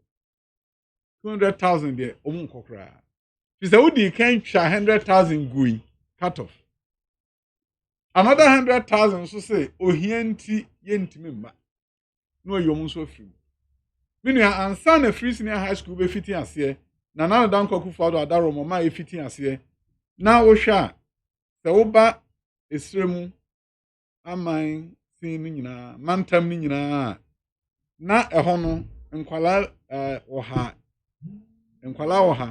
emu edu na wo fa o musku a wontimi nko enam scholarship kakra na wono kra na ntse free senior high school die ya ntare ni bibia ka ho yi uyi nkwala oha e wosremu a afi bi wo ha emu du na ntimi nko afi bi wo kra oha no bumu enwotwepe na ntimi nyeden enko wo ba efom ha se free bra ha fo ba ni nyina de na ekoso ne se uyi nkwala oha emu aduasa ntimi nko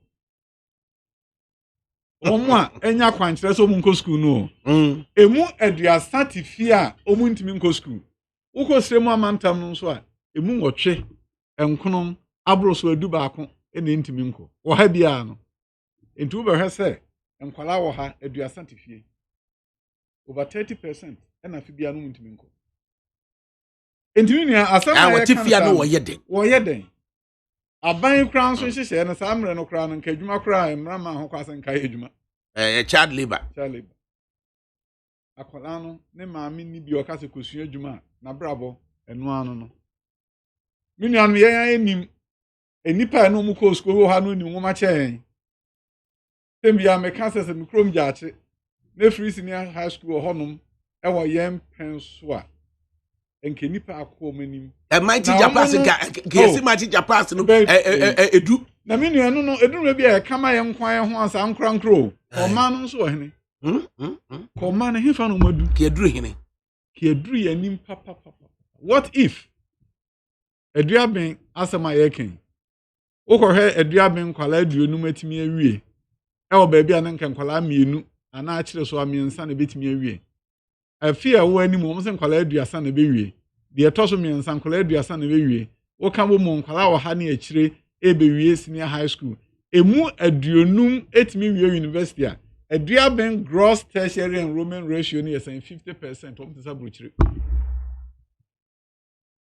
enti enkro ni nyina esesa o enkro ni nyina esesa maako ne enkrase for de minua de na na dan kwaku fado ayama wote nkra na wote radio ni na okazema obidum bie unru ekrase hono mo a unhu obidum bie ku fado de wayama sebi nkrase for me constituency ukokro bia so ukobusa afi no a abai ekra no mo no so kese na kro bia nkwala awie senior high school dos sin afi bia o mahu e kro no abakosem ti mu proposals say mu be roll out the free senior high school no challenges ben na mu envisage ye minia wo hwe se de bae na afi ade ba ko hwe se adan enti adan asemu na kofa adwen foforo bae se ɛna saa double track no na me machira de omu mfie du there's a watch radie our double track system mfie du ti now that experience na me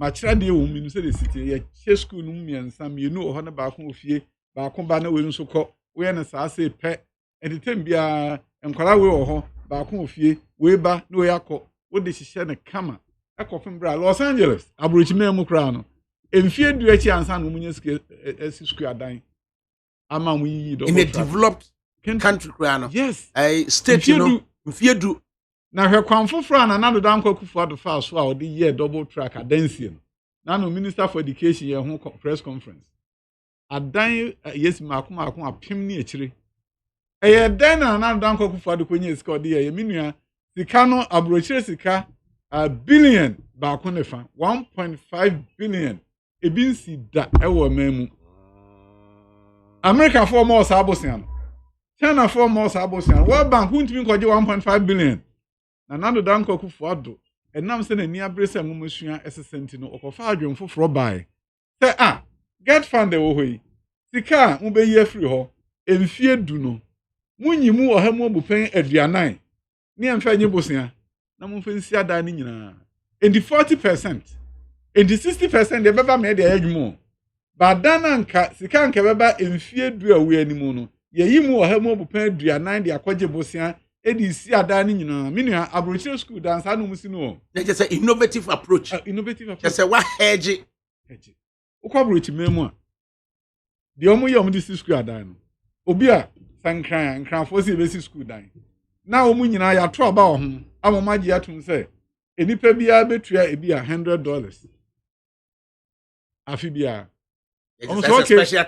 special tax ebi esimfie du echi benya sen omunya itu aba no yese pe na bank bi diskapudu na ma omo sika no ba fi bia omu utua no na utua bank neka enti mo anya dan ni nyina enne mutena mu nkwalantra mu usua de sika no ba no ebe kakra nkwala nso adwumu ado mu yadwuma kese no mo abeboa me etua na ekue ba bi innovative approach na ha no ne asie dan te de mpapa kokoo ni si ne dan school adan no ye fiti ase a yes get fan afie nyansan na ba meanwhile no ye dan bed oha ene ye fiti ase get fan scale ba no etimi toa so kakra bi na sika sa ba biem kokoo ni edansie no de akotoa so emfie aduonu papa start se wo si ni kokoo ni fie wo jaache menua wo ye ne se emfie aduonu achi mi university se abebo ano na just ye can na cost no so rise fluctuation so obe krom ha de ekuye wa ban dwuma ho pa bibi e friend fluctuation variation no de esa won sesa eda no sie na wontua na fluctuation no wo sa contract wo krom ha na de ato ho se the dollar cost ra wo contractor no ye beto da no sika de ma wona ma wonso wan twa sika botin bi ansi ho na bosumi nsi afi no de esi awie enti enam se wusi dan te se de me papa kokoo ni nsi ni dan enti dan bi wo ho mfie du ni enwie afi bia sa dan no aye bank ama contractor no anyways foolish meaning yet asem na eno ne ani so ade hu na dan kwakufu ado se David menya fluctuations bia me di sika no by the dan ma wo sika wo ho get from the betua aka ye tua aka mo sida na wie ti ase yi a na ye betumi aka say in 10 years to come get fund benya say 10 cities na ye so ye hia dan no enu nti ye gine ne ya ring fence 4 cities ade akwaji loan ade asidan ne na ye guso a ye tuatua no in the end no ya ring fence 4 cities nti no it will go to repay the capital investment aye ne no fluctuation bi enim bio how did this happen by na obampani eden hye foforo aye ade na ya sa we no no enchiremu no ekofom emo man mate ase e na ke nya common aspiration so me ba ye na ma 15 minutes e ba no beti ase woko interview 30 minutes woko hwen tie obi te se wo a won so te ade na so man komo ne ye de eme nkrofo tie yen don shure ba ko ne fam yenu no wutimi kirekire mu yie man nkrofo te fo mo te ase yie ba se mo ba ye no Yen nyina ye tena ase together with producers. Ansa na ye ba hakra. Ansa na ye ba. Engineer ate e ho ase. It's because ye design BB for the benefit of the public. I'm on Mati de Ecoso.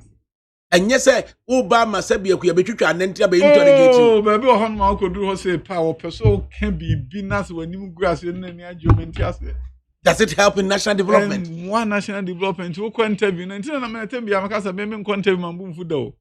Uncontact my boom food. David. Hey, Nanyamia Roma, one mammy, I deal with some in Nipaba and Pim Casa. If you cry now, work a $1 because I'm Crawford or show on YouTube. Me bomb man say wo wa mama akwankyere se me Ghana for nka na me bufu obu sam question your cry na bufu da because ubu amfu so anya so how do we ensure say education will be on the ballot minua en say sabre dia esese ya dwen ho ne say na nado dan kwaku fo ado se me pese Ghana pagya no ho me pese Ghana koduru ba bi amaba ne mrantie be nyanyansa e wo nwomesua ho abefo kwan so nimdie ho abroni friend information technology bedroom revote Ghana na ya adwuma America ban American company enwuma mebrebe ho no man Crawford how bet me aye America nanso na enu nya adwuma no a wo kosua wo school a wo chi good trimu no creativity what do you want America adwuma se wo ne e befa wo ene Google wo mo fa nipa fi wiase nyina bet me atra Ghana ha se adwuma me Google omo ya interview na de omo hwo mo say pom so tena okro me betua o kai etua dollars so tena okro me adwuma man ya can to create an back yes ukoshe India for year adwuma American companies omo ti India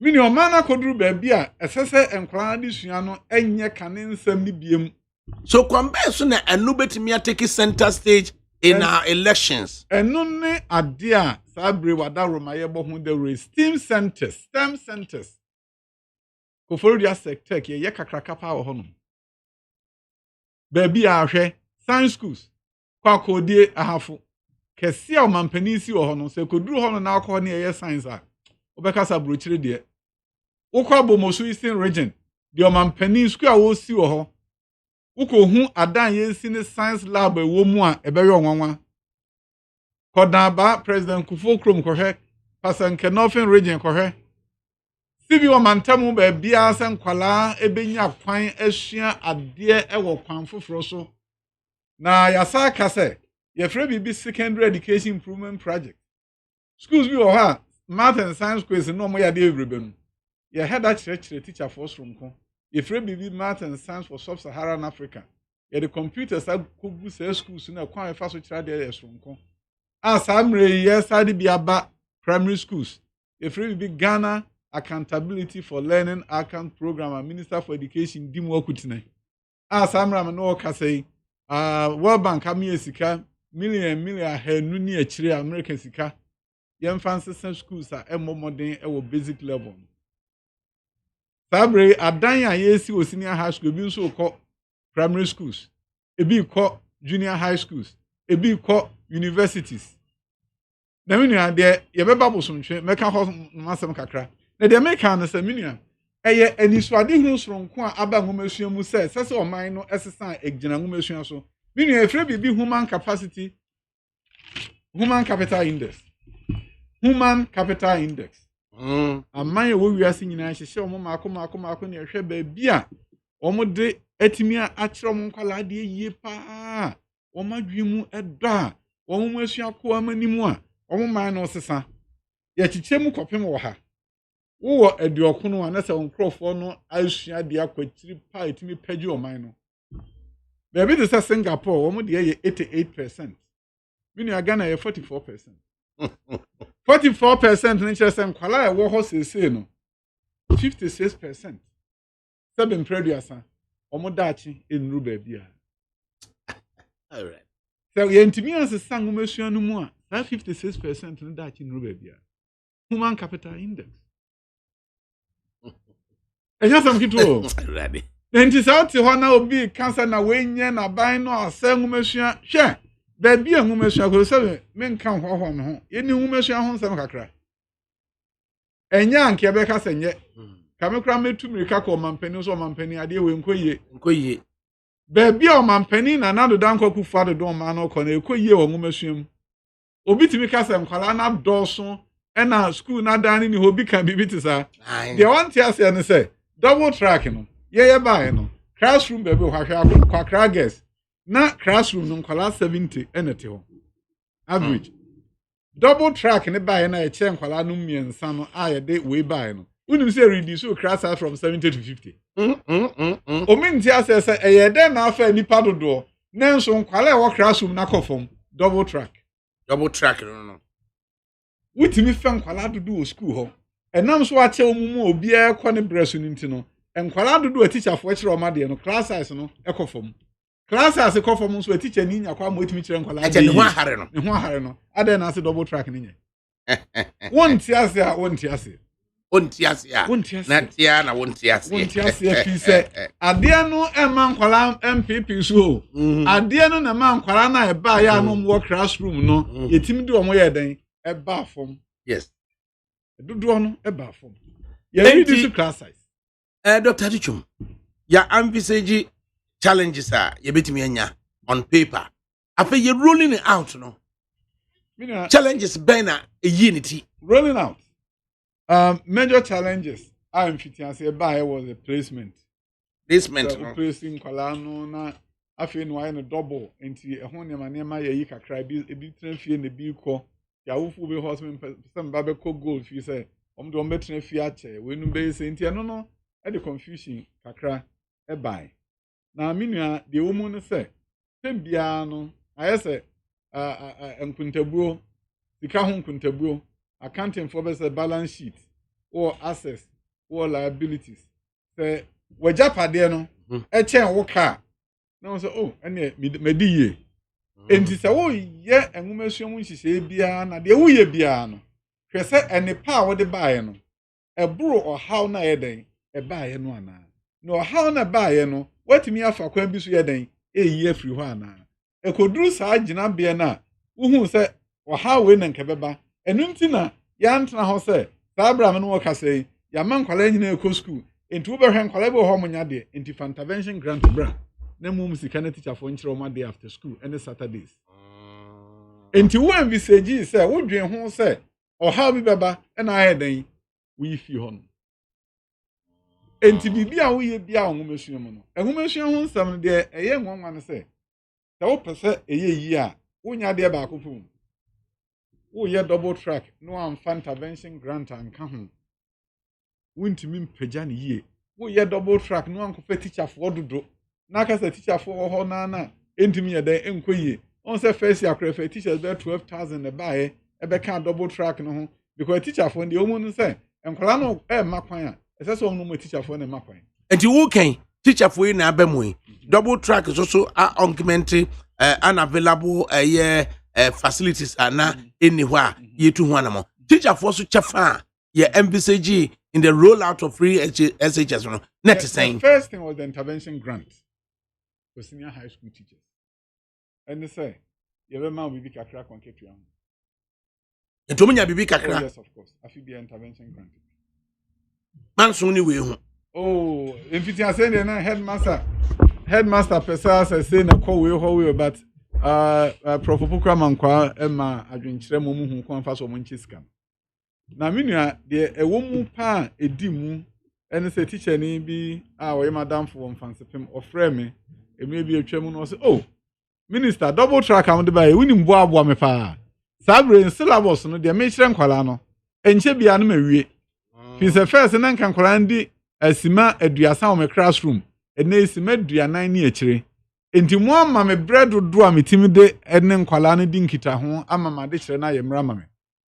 menua afi etwa mu nsohwe mo koyeye na hwe nkonta afi bia nkwala feli bro na nam se munya adonhwere dodo di sua ade enti nkwala 65 ohamu abupen aduosia num ne pass nkonta up to C6 credit 65% bin see that is a president ko 4 pence a nkwala bi call 4 years no na yehu se bi bin see that double track bremu nkwala na ediko semester na munya bre no double track could be an impediment to akwala no beginning enough knowledge Mini all there any your craft for math and science quiz. I feel on Sunday competitive. Aye. And call from and woman call her Ghana teacher for a bomb modern papa. High school headmasters, bomb modern. Woman to 2 near massive crowd, double track by. Bomb modern, a correct catcher of the headmaster, let me take a break horse, Debbie. May shankala. And no can be in a double track if you were me. The headmaster and Subinian break. Matron Subinian break. Now a Jalmons Wajo Mahome. At the end, yeah, double track in every hole, if indeed be here. Sabra, me no cassay. A dear Bakwa, a yet there were double trowns again. A high school, Makum, a dunum naya. And none a be known friend say elite schools, Ivy League schools. School Akesia, Minia Benyamwa, Conona, Breno son, so Benyamwako. Omono bebia nefa enipa apem no ebeye apem ahenum enti no enya kwan ekọ achimota wabraka ne nkwentimi ko nansa so afi etwa mo tesa akora bia baya bi ofiri kira ayin braha for onya achimota akuru nyina bose ayin Dr. Kusumen Sankrofo minia abrabo atma so kohwe bosomtwe abono ayin kala mi nu ko St. Augustine ayi enya sam kipo watu tomu free eye bosomtwe Augustine ko Augustine oduru wodwa wapunada ho wesu kwane enya sam kipo now kohwe se nkwala bi ofiri the day so okonya Prempeh College. Oh, sir schools when your friend the gateway to law and medicine. The gateway to law and medicine schools. Yes. Any administration. Who calls sir school now? Who bet me I call Wesley girls. Now Wesley girls in Kwalano. Don't draw no one call medicine. Yet radio who ye or mu teachers no na ye examiners. And grow for examination question. Me na me who be that marking scheme. That's from so. You call Kumasi High School now who say, "Is that marking scheme or baby?" Yeah, the next who be that? Who do Usiana? Say we know the crow. Adamsa. Me can now. Koshe say Wesley girls or her more bupen duasa Minister for Education then share by your car say. And Kwalano 30%. Munyanto women grass for any chrome for say woman be your call public school. Now Koshe say Kwala son ye trunk. Free crossy beer. Two. Nanebia or frame mrebi. Boson Chenyamieni. Nana Joe of frame is ye doctor. Minana no. Yesu ope school bi. E wo Cape Coast na wo. Na mekra minim ni din.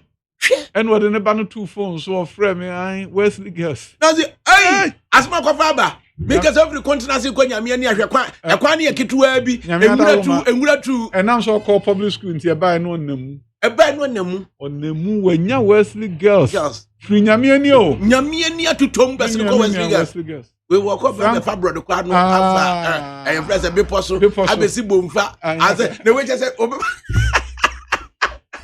nani we me baba akoye fe no ayima Mami ya Ella okokote Romai. Wona ahwema ne ko ekonongo dumase. It is ya wutie wo tema. Baba ne anti wono. E tema na obedi akoma never was he da Dr. Duchman's mami. Can you know a can tanya ne senka. Na okoye so incidentally otimi free kote Romai public school ekoye science okonongo dumase. Obeya it is senka wanye sa intervention no ama mami ya nkwa ankobe ne. Kwala no omo school sakese ombo mod omo say afie di nka no omo struggle because we need self confidence bro for crowd kan o edu sikan yi ana omo ne escafo nkwala ni nyina compete pepe na no to be free public school ko science ewo konongo dumase de tie ne say menua enkwala na omo public school ye ma omo kwa omo nya science na aggregate ni osro no de ekoba bebrebe ni say enya sakwala wonima di o na wanya obi ankyere ne science ono kra science instrument bi ka no kra wo hu bi da enti obi akọ private school asane me nyina wo hunu nti odu hwan so hwe no wadi animu eno nkyere se wa bensin akola no ano wo kute no catholic no wo mo kwa no mkohia se pe obehu sentem na wo se ye personal na anwumasua nhyehyɛ no na buo nkrasefo ye na me buo nkrasefo no se wo me wo krom no ofri primary 6 a na okɔ senior high school na ye nkrase no yakoye middle school enti middle school be kono adwemu abie grounding naba enti ukwa oni krase krom ni no timi compete e ho kran so sa wo mfie miensa asa no achusu so be science when the short test scores from BEC now who crossing our test scores in stress 4 years and meaning as education reform by women there Ghana. I mean crossing for the 19 mayor doctors. Oh sir. Meaning how they crossing so your doctor now pursue ko cross your beko. Na one moment in Knama tete I trasako ni agire Ghana no. Omunya kwa no mako bi fi send BEC no when cha an cost kese ana sabre no so no na ye ni kwan bi e fa so aye kase enipa mu ha mu peduasa ye ma mo kwan mu firi nkrase mo so nko Wesley Gesi. Tell us more senti a wo claim say enne nkrasefo ntimi nya access to medical school. The tie no say and I'm say schools be o friend the gateway to medical schools in Ghana. For Holy Child, no for Bri Emmanuel. No for Presec. Holy Child, Presec. And the case school Fija what we call and the case school friends say Porters and sing Porters Mrs. and the Porters. No for St. Louis. And there yes and 12 from so be kan we say top performance. Mrs. Maliki man. No come kan na dey o kan ho pa. Sir. Yeah, and there wo kan school pa family headmistress of born home model.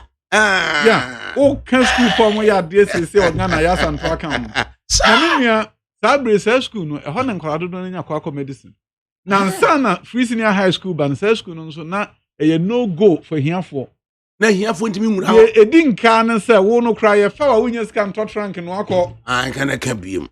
Enti wo no kra wo de track ko ye de Samsung 90 papa. Me unchusu ho na wakọ. Ya o fere. Wo kra unchusu. Na me jase from so am kan fa na me twa. Ya de brother ba ka ko ni je ka ko adumai. Me na. Enti de tie no say. Ya bra me nua. Enti de tie no say. Ekoba sa na wo ye hiani a wo no wa fa jase from so ho na betimi akọ. O confidence level about low. E na wo ko select ya wuntimi ntot ranking. Wuntimi ntot ranking ko and say ka ka ko dwa. What was your school fees? Me no deposit kra me ko tua kra ya asem 40 cedis. Na wo sika we na de ko tot rank at 20 na ko tua boarding fee. That na boarding fee and 90 cedis. Ya kan kwa singre modafo nkrofo pi ya ma me no mo. One so honey gateway. Honey gateway.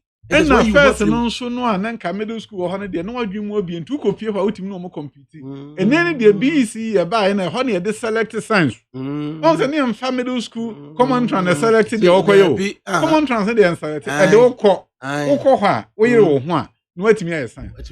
Say the common trans wo score no and it determines how be science. Ntu ko ba bia ye ntimi enkyere wade yi a. It is when you hu afrim. Oh. And you become business man. They just say equal access and equal opportunity. It wasn't there until free senior high school. That's how many in ho. And so constitution is saying, a Cape Coast. Cape Coast, Cape Coast, my banam ranty, and wedding fear, Duasani, Duana, and Busom said, "Do send a Cape Coast Senior High School." As a citadel of education. Citadel of education, not for the indigenous of Cape Coast. Because it said, no schools no cry in your day, and wait me if you could be. A year boarding, when you came to your boarding fee, 2 free Cape Coast. When you who came and so 9 see ho. What you pay do? Now, what you go Wesley? No, because sir, when you came to your boarding fee, they will call Wesley. Yes, it didn't soon ho. Yeah, well, good schools are yes, exclude the indigenous. I just say exclusionary measures, no. Was it by plan and answer accidental? Idea one man nation machine so man nyina nkwachiro. Omo di bibi kra ba na your friend is almost a community now wo no benya kwan akọ. Catchment area policy. Good policy, right? Catchment area. Na me catchment here family me ntimi ntua boarding fee ma ko school no so your boarding. The catchment area odwa 30% and so ho akakakra na me go. Wo family akwami ntimi nko into catchment area policy with that free senior high school was bogus. And son na say a boarding 100% boarding into your catchment no. Now catch me wo gwa me fi ohia mu but me ntimi nko Wesley girls. Me ntimi nko Disadal. Me ntimi nko Augustine. Me ntimi nko Fancy because I don't have money to pay boarding fees. The money then becomes the barrier. Even if you use the catchment policy. Free senior high school then open the floodgates to the poor. So now children from Cape Coast can go to Fancy and go to every Cape Coast school because there's no financial barrier. See, I should have said the whole Canada, then education could be on the ballot paper. Yes. So we are hearing now Cape Coast now and to our MPP. What that you are doing, Timbium. Woof the Cape Coast. Yama Kwasa won't bet me a coast clear BCC un anonymous so. Free senior high school. Double tracking so BM fancy pimu. Emma bet me a Kobe. Ye you double track fi man fancy fun point me fanny padudo bium into one co. We double track if you man. Okay, in other words, me and she. At this other, many year me and son, na about around 1,000. 3 years and about 1,000 or 1,200. You buy and I feel back on 800. And baby, I 300. 300, what me the bear 500 back on one can soon die. Yes, or because this other will Kobe. A Columbia no Independence Square, which they are fan on. And you know, yes. And you will say, why you double track nephew? That year now you double track few home said this other die in same year, yeah. SSA will reduce enrollment for this other. We'll reduce enrollment for Chimota. We'll reduce enrollment for all this. We'll reduce so I hear for man to Minkobu. Okay, me hit that true no. Nankan kwadani nyina free JSSR. Up to best 40%. Ain't me enko SSNB. Yes. So we used to think say a dear na womo kwakoye. Ye nim de omo. Then from the SS so edeko tertiary no up to a further 40%. Esuntimi nko tertiary no bi. Then you begin to ask yourself say a dear no so kwakoye. Yes. Would you be bold enough to claim say with the introduction of free senior high school no dropouts no from the lower up who kind of pyramid no woman ya baby agina nanse sabre enkwale di kai omo yeni enti results no ba fa be hu baby eko na de ehia pa na say yetimi junior high school for na free sa problem de enti yetimi ayi won fun say sabre mampani ani so ade hu mo no wo say wo wie junior high school na say English and math no failure sa koye so hene biem ye betua mo akoye ye tua mo akoye na de de kra no say on say private school first no na untimi nya private exams enti akolebo ho be sa akoko kan school na obekọ na nimgrase say ma failing master bent ono so onko ni school sa nkoye biem na ndc for omo aba mu omo de adepa bai adepa omo de bai na so omo kan say wo be wie junior high school na person e BEC no ubetimi ante say the private candidate enti unko school kra na ubetimi akoye san so na ya defa ye ba ya to so ama nkwala dodo na afie di nkan nkwala 10,000 and the first private registration mo sa ko school biem enti sa bre no cut off ni ho biem u fail English and math a sa akoye ni mienu a ukoye biem no asa ya dan aba u be hyem biem a na ya dan o ko anim e wo ngomesuanum enti won say ya senior high school no ya pagya ho ansa na sabre tertiary de no so no enam de na no Dr. Mohammed Bawumia aka ho asam ye manifesto launch o Cape Coast no say o mampani ni so ade hu ba ko aba be boa papa no say tertiary hu ma de pa na wo honom busia na na de ma no nso na mu ni fa brebe here for pa no na busia no mu ntimi nyi bi no de akọ school fi say kope obi a wo pension senate mienu na fa bra ena nkrofo say me fa wo menu na the amount enti senye ne ba ne papa no ne ba no ne office no onfa nye ma na wanhu bie ma na office no fa enti ehiafo no mintimi nko otene baby nature say discrimination no making a messages kakra wo Facebook for no Gilbert Oduro Boatin na ekasai o say Adakabri the best interview I've had to listen to, this one with the Deputy Minister for Education. I'm driving from Accra to Asamankase, and I'm not tired listening to you. Keep it up. Kukua asidua neka say. Then Prince Boateng comes back again. It pains me that I didn't get free senior high school. Then Kukua comes back and say, God bless you, my dear. Umu Ahmed, I say, good afternoon. I hope you read my message today. Please, you need to bring Dr. You need to bring Doctor on again to hammer on the double track system into people's head more, especially the NDC followers who listen and believe all the trash they tell them about the system. What helped me most is that even though they insult the president government, their children still enjoy it. Lord have mercy. Nana Kwabena Kumi Emmanuel was the best deputy minister so far. And then Kukua just go crack. Such is the Quick question. Yes. On teachers. Now, you know, I need to go. Here, me pass a make up some constituency. I share impact. With knowledge in na wo trimono. Or practical wise, no. A dear why ewo. Bosomtwe. Meba na yatu aso. Na ejuchu mama at the end of the year me yakura set time akosa. E was say yaw. Nyame nchira meba.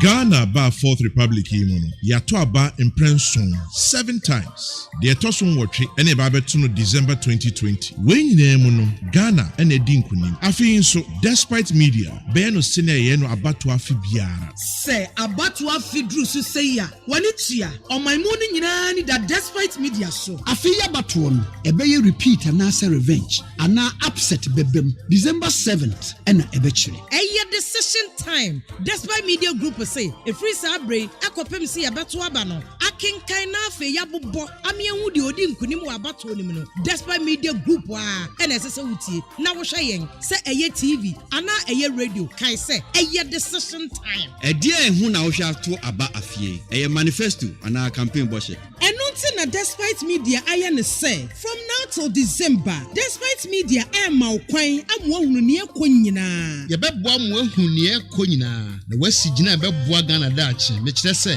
what take decision. It's decision time. Every sabre ya kopim say ye beto aba na wie ne abobo ne die muntie na munhye despite media channels. Every say munnim die betimi aye. NPPC for more to do more. NDCC change the change. CPPC yes sim. PPPC a new hope for Ghana. LPGC a unemployment benefit for all children under 18. So what Ghana Union Movement in Ka obeti gum na APC eno akwa donko ono susu sen enye no eye decision time enti siwa dwinipi Winim that I said despite media dear ya can me say enye yesi ya kan fenchim na 275 constituencies ni nyina despite media wo hodada enti uni how despite media Metro Peace FM Hello FM OK FM Neat FM UTV and Peace FM online ye wo homa mo sade ye ne dada no enunti tumuday na mafidie ne nka heya.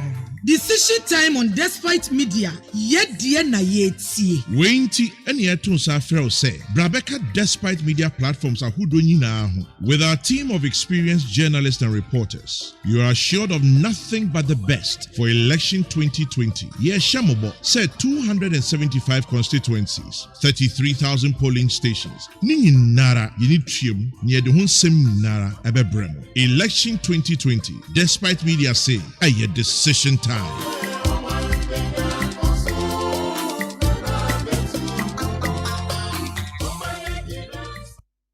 Neat 100.9 FM. So any just before we move to Bosomtwe constituency, and honorable member of parliament, a year or say your duty, no sign double up as the deputy education minister. A quick question in the equation. Now we know of Sentia Free Senior High School, no a buyer. We know of challenges omo edi omo ni bu se ebeba. We know of kwanya omo faso edi si challenges no ano. We know of the increased contact hours for enkwadano. Then we begin to ask, adian any teacher for equation? Adian en sheshaya eho edema teacher for under the rollout policy, Dr. Dichum. Yo roll out ne de SNMD kan no eno ne sika aban etwa to ho e school bia e de boa ewo nkwala no entity ho enam se akorebo ho ba na de wosua no na ne nimde no nkosra e betimi de ebru ni friend intervention na ade ba ko a teacher fo nyina wo mamu aban aye e professional development allowance asabra me no kasai minister e kan ho asem a mo ye ho adwuma eno no nyame boa ne bibia toto eyi a 1200 ewo professional teachers o menye professional teachers no mo de wo form kakra na me de meka additional one mo de abeka ho no eno de atua ka wo eno ya san tua ka se additional 1 hour de ewo mo yin se number of days no na mo de tena fie ne de akwama na ba nanim kakra na wo ko school a wo kira de mo eno ntini eno no ye intervention grant na buy eno ye different professional allowance here minister can have no different thing for all teachers and high school for.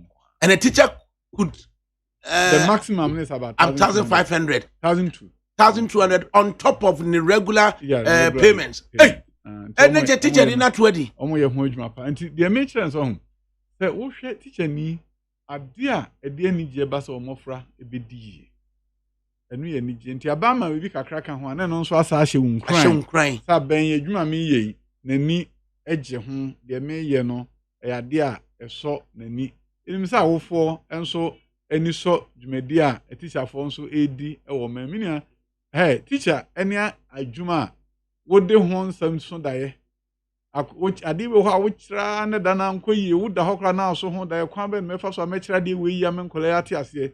Teacher for the homework coffee no teacher Juma, Yam Fire Honamon Quani, the Sunsumina Ekahum. Teacher Nibia Befa if Ghana or America, no radio school, no chemistry. In fact, no dear California, and he was one of the best chemistry teachers. Ghana and he no Befano. Hey, Ivy. Abaso make nine or call tech and or call Cape Coast. What? Na Ivy, and a California 40 me Ivy Brown.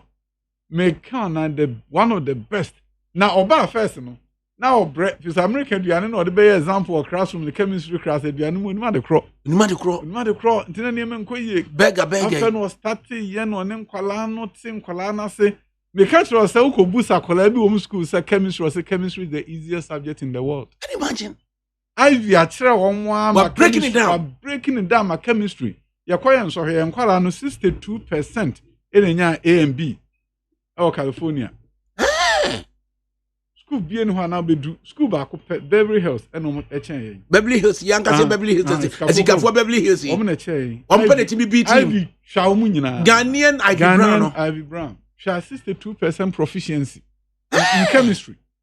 The American person say teacher need no ho ehye na adwuma mu so obeye adwuma a eni me efi mu ba no ebe wanwan teacher for e ka say ade we meye na meye ni yi a edimpuntuo kese ma school de mu oman ana bibi Kenya ano a enti na tembia me ka say minya teacher for abaso border e ko ba say binum kra na mu and adwuma die no nkoya fa dodo na ne brace on ba yire om enu nti na teacher license ni ade bo ho ntiase no more kaya ba e betwam why ye teacher ni pen anka wo pese wo nso no wo number bia yitimi ka se wunim de ye ma okrata na ade abo wo fie baby na nanda bi nso say eh me no license a so teacher ni wo wi account na wo accountant organa abi ye so koye nso hwe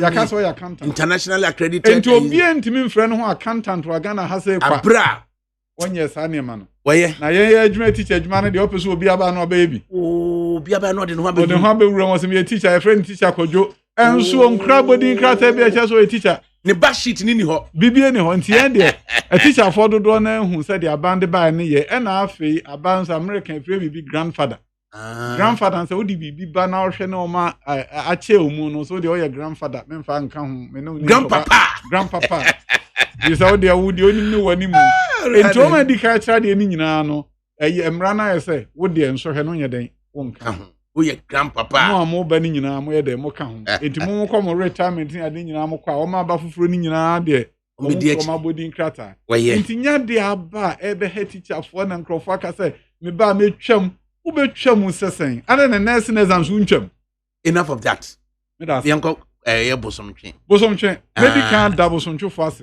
na mo station mu tie ho no o man Facebook o mo tie Facebook ni nyina ba bia akọ na station be no mo fa no me ka say no ye be replicate va Hello FM ama no ma akọ so nyina o beti ene bo somtwe for me tia o me nua o mother roman am te ba bia am ifra brochire ba ide na so mo ka say inu mu gidi anka me te ba bia me tie so o ma anyiwa ntomu a enka ma entimi de bo somtwe de mi nyom boni aida enunti man na ema mani brese ade na motivate you ma resolve say ujade wo ye na abeba begina obosom na dan kokufu ado o ka kire me say bra na beboa me ne nsesa ngomasuo mu ogana no me futufo bi abrani be friends mentor me ne kohia ne di nkomo ka say de obi a opema mpani ogana waka kire me ni oso the free senior high school eba na me nso no kakakra na ka high school man ko bi nso hwede ba bi ama beduru e wa brochire ha a sebe abrofo eye adwuma ma me but my dream ho ntimi be pa wo ho adwenkyere me nkọ ana me nkọ e na opani no akoni mfie anim kakra onso na ye former congressman because emre bia na de medwen ne say me nso me congressman American bi na opani ne ka asem bi kire me o say why ye adwuma America ya dia ye ni agye pa adwuma wo school su yi enkwala ya de bebrebe enkwala etimi ko university bebrebe na mom ade ba ko a meka kire oni say America de ufiri mu a entosini na mom ebi a wo mind de wankọ ho ebetimi atosini enti kọ na menene ko ba bi ekodi lunch papa ne kan ne to makoma pono so o kasa kire makoma madwin sesa ho no mprekon ape e ma madwin be si dia na dan kwakufu ade ka asem mra na mebo ano no onye no e na e ma me de ba me ba na se me ba de a e na me nkogina na me nkosi akan e wo bosomtwe na me nkomra se bedwom e no e na de me kopie ho nyame ada roma bosomtwefo eto e ma me se metoa adwuma me nua pani Samuel Semensan se o regional minister no why no so e no de me bai e ma me koduru mra bedwom nso mampani e ma me kwan se me meye osomafo abedi akire ohwe ngomasua so e ma me kopie adwuma mu eti say wo no abeduru say abeye deputy minister yes. na ukuta that speciality in education bosomtwe na etesen nenne no bosomtwe udi aduru hene menua bosomtwe me bai no na menua pani wa ebi na mani so ade hu anan ngomasua mu no ne se me pagya bosomtwe e wo ngomasua mu amwa dikan e wo Ghana ha e wo ngomasua mu me botai ba ko pesmeni so ameye hu adwuma se me pese enkwala wo ha emfie be du awe ani mo be engineers e obosomtwe afi me de enkwala duonu e na eko university amom ko engineering yeah me pe enkwala wo ha engineering enkwala wo ha medical science me pese bosomtwe e set target no yes me set target indicators wo ho yes, target no ho and then you know the goal we are moving minia enti me yes ana me ka so okay ene no se me ka se me fa schools na wo ho nkwan ma yi nkwala na ebi a mebre na mum esese me si school a yes adwuma no ma me tete san kwala no ma me eno na menya ni so ade hu se school bi a na efre ni DA1 school a wo firi ho na odu gya che pram so no mo da na si ho be mfi aduonum ne bubu chance nsuo twa ne gu classroom ho na headmaster mbusam so be bosso man de no ka no da ya na so da bi me bu na we wo hu no ha nyina to agu asidan foforo amom nam the school a friend no science technology engineering and mathematics bi wa brochering bi aba ha na nkrofo se bere no atimi aye ho me di ka fitin ase me frefre me nam fofo wo Ghana ha ne abrochire mo miska akra ye fitin ase ye drawings ne ade nyina e ho na do dan kwakufu ado 1 million per constituency e buy sometime almost all the better me say bosomtwe STEM academy ho na me ne DC me nua pani assuming lawyer me ne lawyer and I'm a friend chairman Ekins yeah, me and Saturn on Friday the big three. The big three, Elbosomtwe. Ya can't home. A patron for your first year, Sabosomtwe, yes, Sangana. Yeah, me and say she has idea this can't find Kwaku Rat STEM Academy. You share drawings, no, and yes, a honey busy science block, as meaning your science, no. Tabri one more year, a honey man, you sit down and we a yemu tables near the Adene equipment, a baby, this can be a and yes, see assembly hall, cassia. Esi ho no mo a uwura mu a wa wani beje eno so mgu so mo ye ho adwuma library e classroom yenu abrosan wo mo ye ho adwuma get fans so am classroom yenu ne de aka ho menu a ukodu ho no asamre ya award contract ye streets ni nyina covers bibie edana na ebu agu no yes edana ebu agu ya bu agu form ama akọ ho hu biem ena streets ni nyina mo ye begu su kota ena me de me common fan ye fence wall asa ye covered pathway me person kwala no be free classroom waka na nsuo to na abo mo. How many years adwuma na working? Oh, me as ba bi adunu de enche bi ebetimi kra bi yakoya nim papa. Me the common fund.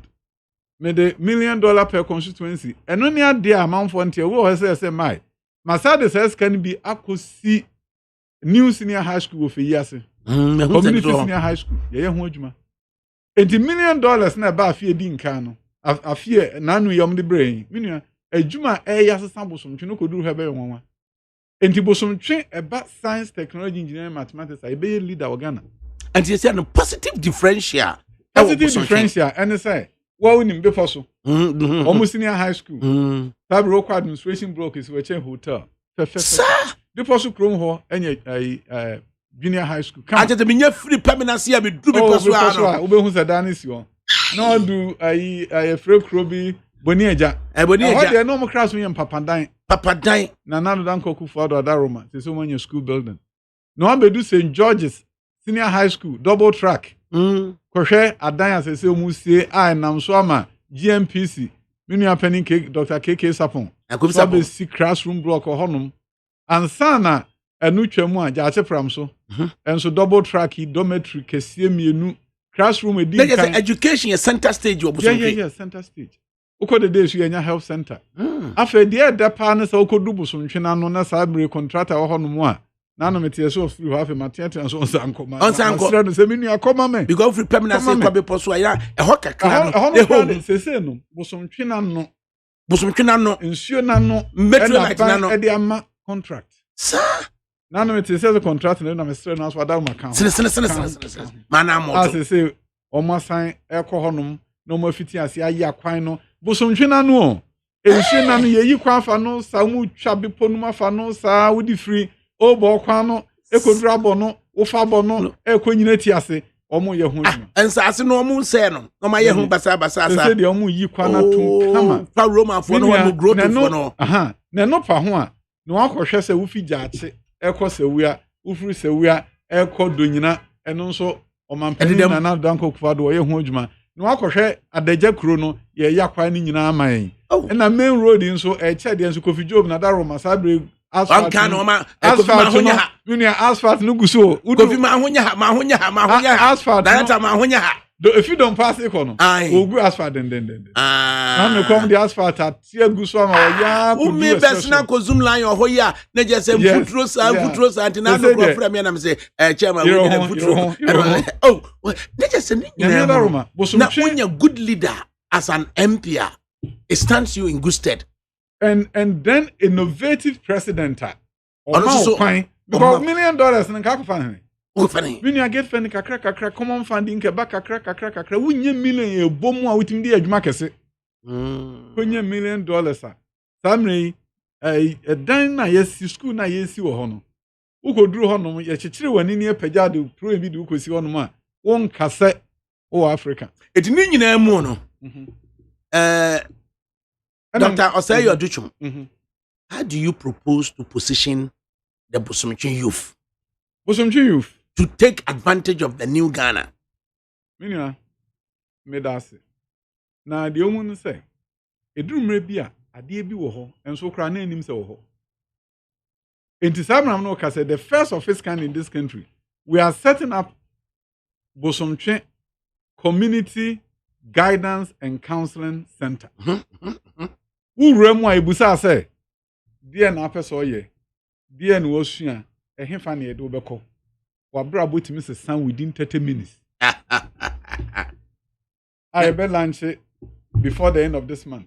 That's why I say so that you have to come. Ya say ye adwuma no, but ni office say any office plan in for plan Ghana. Omo be boya me say adwuma. Omo say the tia na say minua. Ebi ni Kumasi girls council asma me kan. Ade no wo ho ba wonim se wo kra wo say to me no. Enkwala dunu ma edoma bank na sabro mu sua de wo IDT. Enye say ye ko hunu say bibi kra de IDT wo ho no ma. Ai. Den enkomo timi aba. Amenum afredua ben amomo da ache timi asesa. Entu ba bosomtwe a ade ye pa e bebo youth no apart from her krobi de bedase. Ufi ho na wo bedua ben.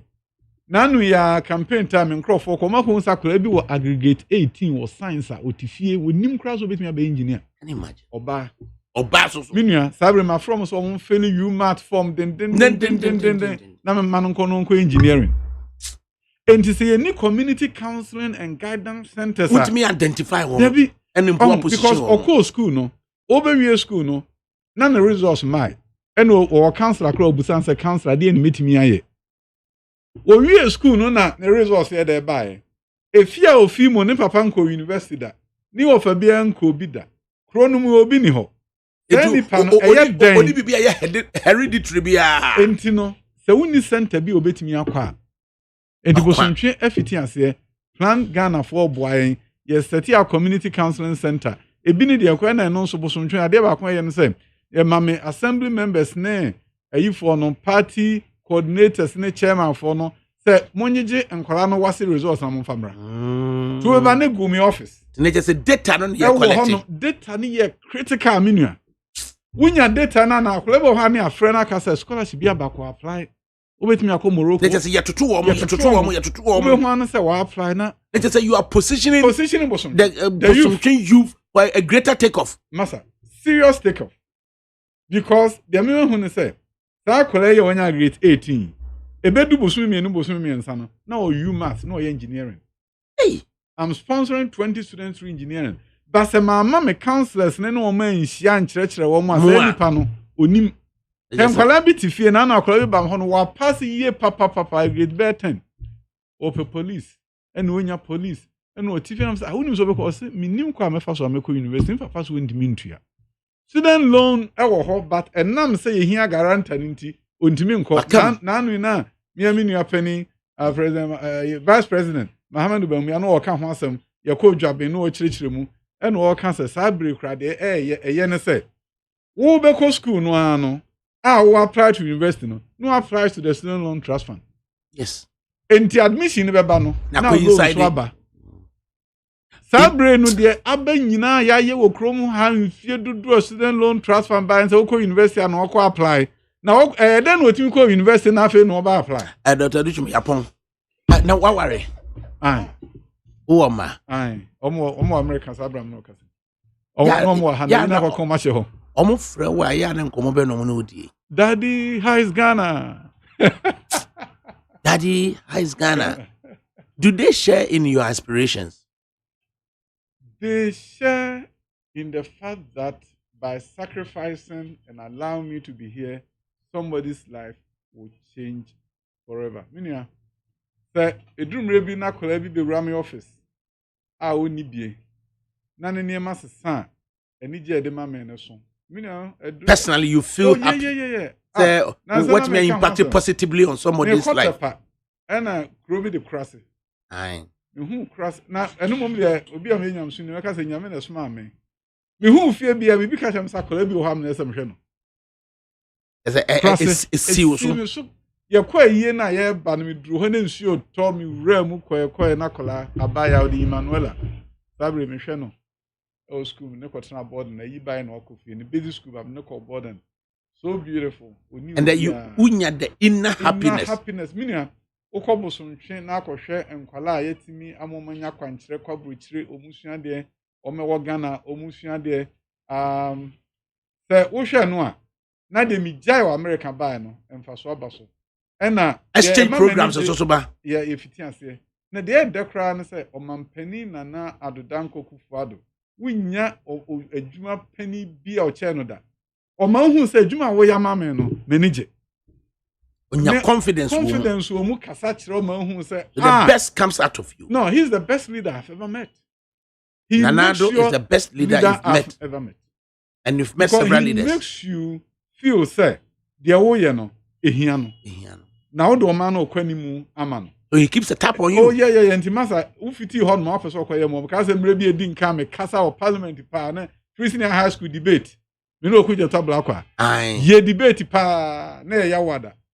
Big debate. Adechi am sorry na da Ghana web front page. Yes. A whole na me ya can be afa say ankwala no tinuase na wo mo edidi e wo classroom wo ni dan ho. Ah me ka say I'd rather have students study under the trees rather than walk the streets selling dog chains. Mo ye ni quotation e Ghana web. Ni kwesi ada pepepe me phone bo mu amampani Frel direct. Frame direct and me bo abaso ewo. Debate or say it can be better than this. It can be better than this. You put it so happy I brought you. I'm so happy I brought you. Now ono so na ni age. Ama won so ani age. Aye good calling. Hwe misua de fa o. Me ba interview me kokusua de. Oh yeah. Who got ADAKABRI ho du kosua de. Ko ye research papa. Minua.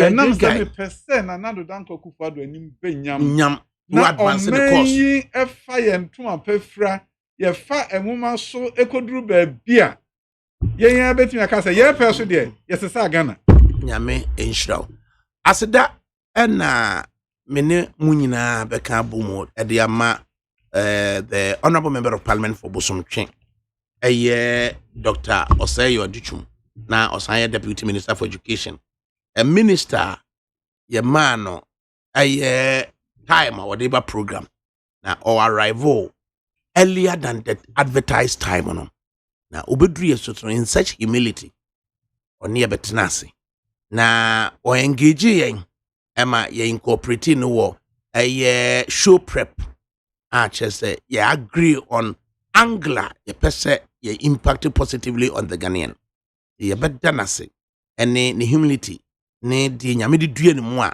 wansusu se one na yire ne mapɛ befa ne mo ye se one ye nyina beche in 36 seconds tell us why you should be voted for 1 ewo Bosomtwe and 2 why we should vote for Nana Dankwa Akufo-Addo for a further 4 years. Meka say ye call Cape Coast. Minya akwankyerɛ ɛkasae ebra ne ɛda ye manifesto adi. Na de meka ne say abato aye kotue education ɛho aba ɛne ɛto. Education a enwumasua a ɛde ɔman empuntu kɛse bɛba ye hu bi da. Ɛho aba ne ɛto. Ghana for mother Roma. Wotu ababa na dado Dankwa Akufo-Addo wotu ababa Ghana dache. Na de enti a meka sa no say enwumasua ho nhyehyɛ ya ɔde abo ɔman mu no yedi so kama ɔman ba bɛyɛ kama koduru ba bia yɛbɛka sɛ enti Ghana pani Ghana ana asesa yi sei ehiafo abrɛ ɛwɔ ɔman mu ɔman pani ani so ade hunu ɛde ensesaye ɛbɔ ɔmabrabɔ mu moma yɛ ntwaye ne nhwie akyi yɛ akyi ne yɛtwi ani hwɛ a yɛhu adekɛse a yɛtimi ayɛ na saa brɛ ɔman pani yade a yɛbɛka sɛ wɔtoa enyuma pa President Rollins, President Kufuor, President Mills, President Mahama, enyuma pa omo yeye ena sabre wo toaso apagya kwanimu kese kra na obi nso ba obetoaso samre yensa nkoye achi moma yen konkoye anim na omampani na nado Dankwa Akufo-Addo wodi ebeduru bo hyasase no so na yen so oman afa no ntoma pafra Abosomtwefo Mother Roma mo na mode me koye na mo na mesa atoa me so minim say adwuma me koye a meye no meyi makoma mu se mesom preko apɛ enti eduru da na yeto aba no a de wo ye bia na esu gya ede a wo ya wada gyan nyadaaje kɔtɔ aba ma me tuma na nado Dankwa Akufo-Addo ne empagya o man Ghana enkoduru ba bia daachi bi ye bɛka sɛ abapa ye to ye ene ma Ghana ɛsesan na me nua ADAKABRI me de wase wan fami ama ha nka minya kwa na Ghana fo nkasa wo na ato nsa frɛ me ba interview ane me aye no waya de ono wade na obusebusa wunimu nsɛmtime ka na misuro kakra bi kwa hwe ya obehu enti wadaroma ma misua ade fa ansa na me ba no so adesua ho abanfo so me da onkrofo nyina ya wo studio hasi abaye wo GM fefe so aha so smile kama bejane nchede ni mami kama mu photo enti ana bejane nchede enti mu nyina of the only university of Ghana me kotek but one point me na credit the only university of Ghana hono koye eda mo asenya mi strong enyami shira Dr. Adichum so guzuneti need 100.9 FM na sabre mema nti dwumadi na debre omani nti se nya ye bre yo omani nti se kasa tenten Dr. Adichum wabai na yesoso yegusu aye kan fa bibi firi mu na yenyina yensusu se omani mpuntuo beko nanim na omani agina yie enwene enne ho akina ne hia na nye nne yanwene yie emfama omani Ghana Olakwaku Michael wane no woba na ode de bene a ode eye ekofie ede aba ode ebekofie se jo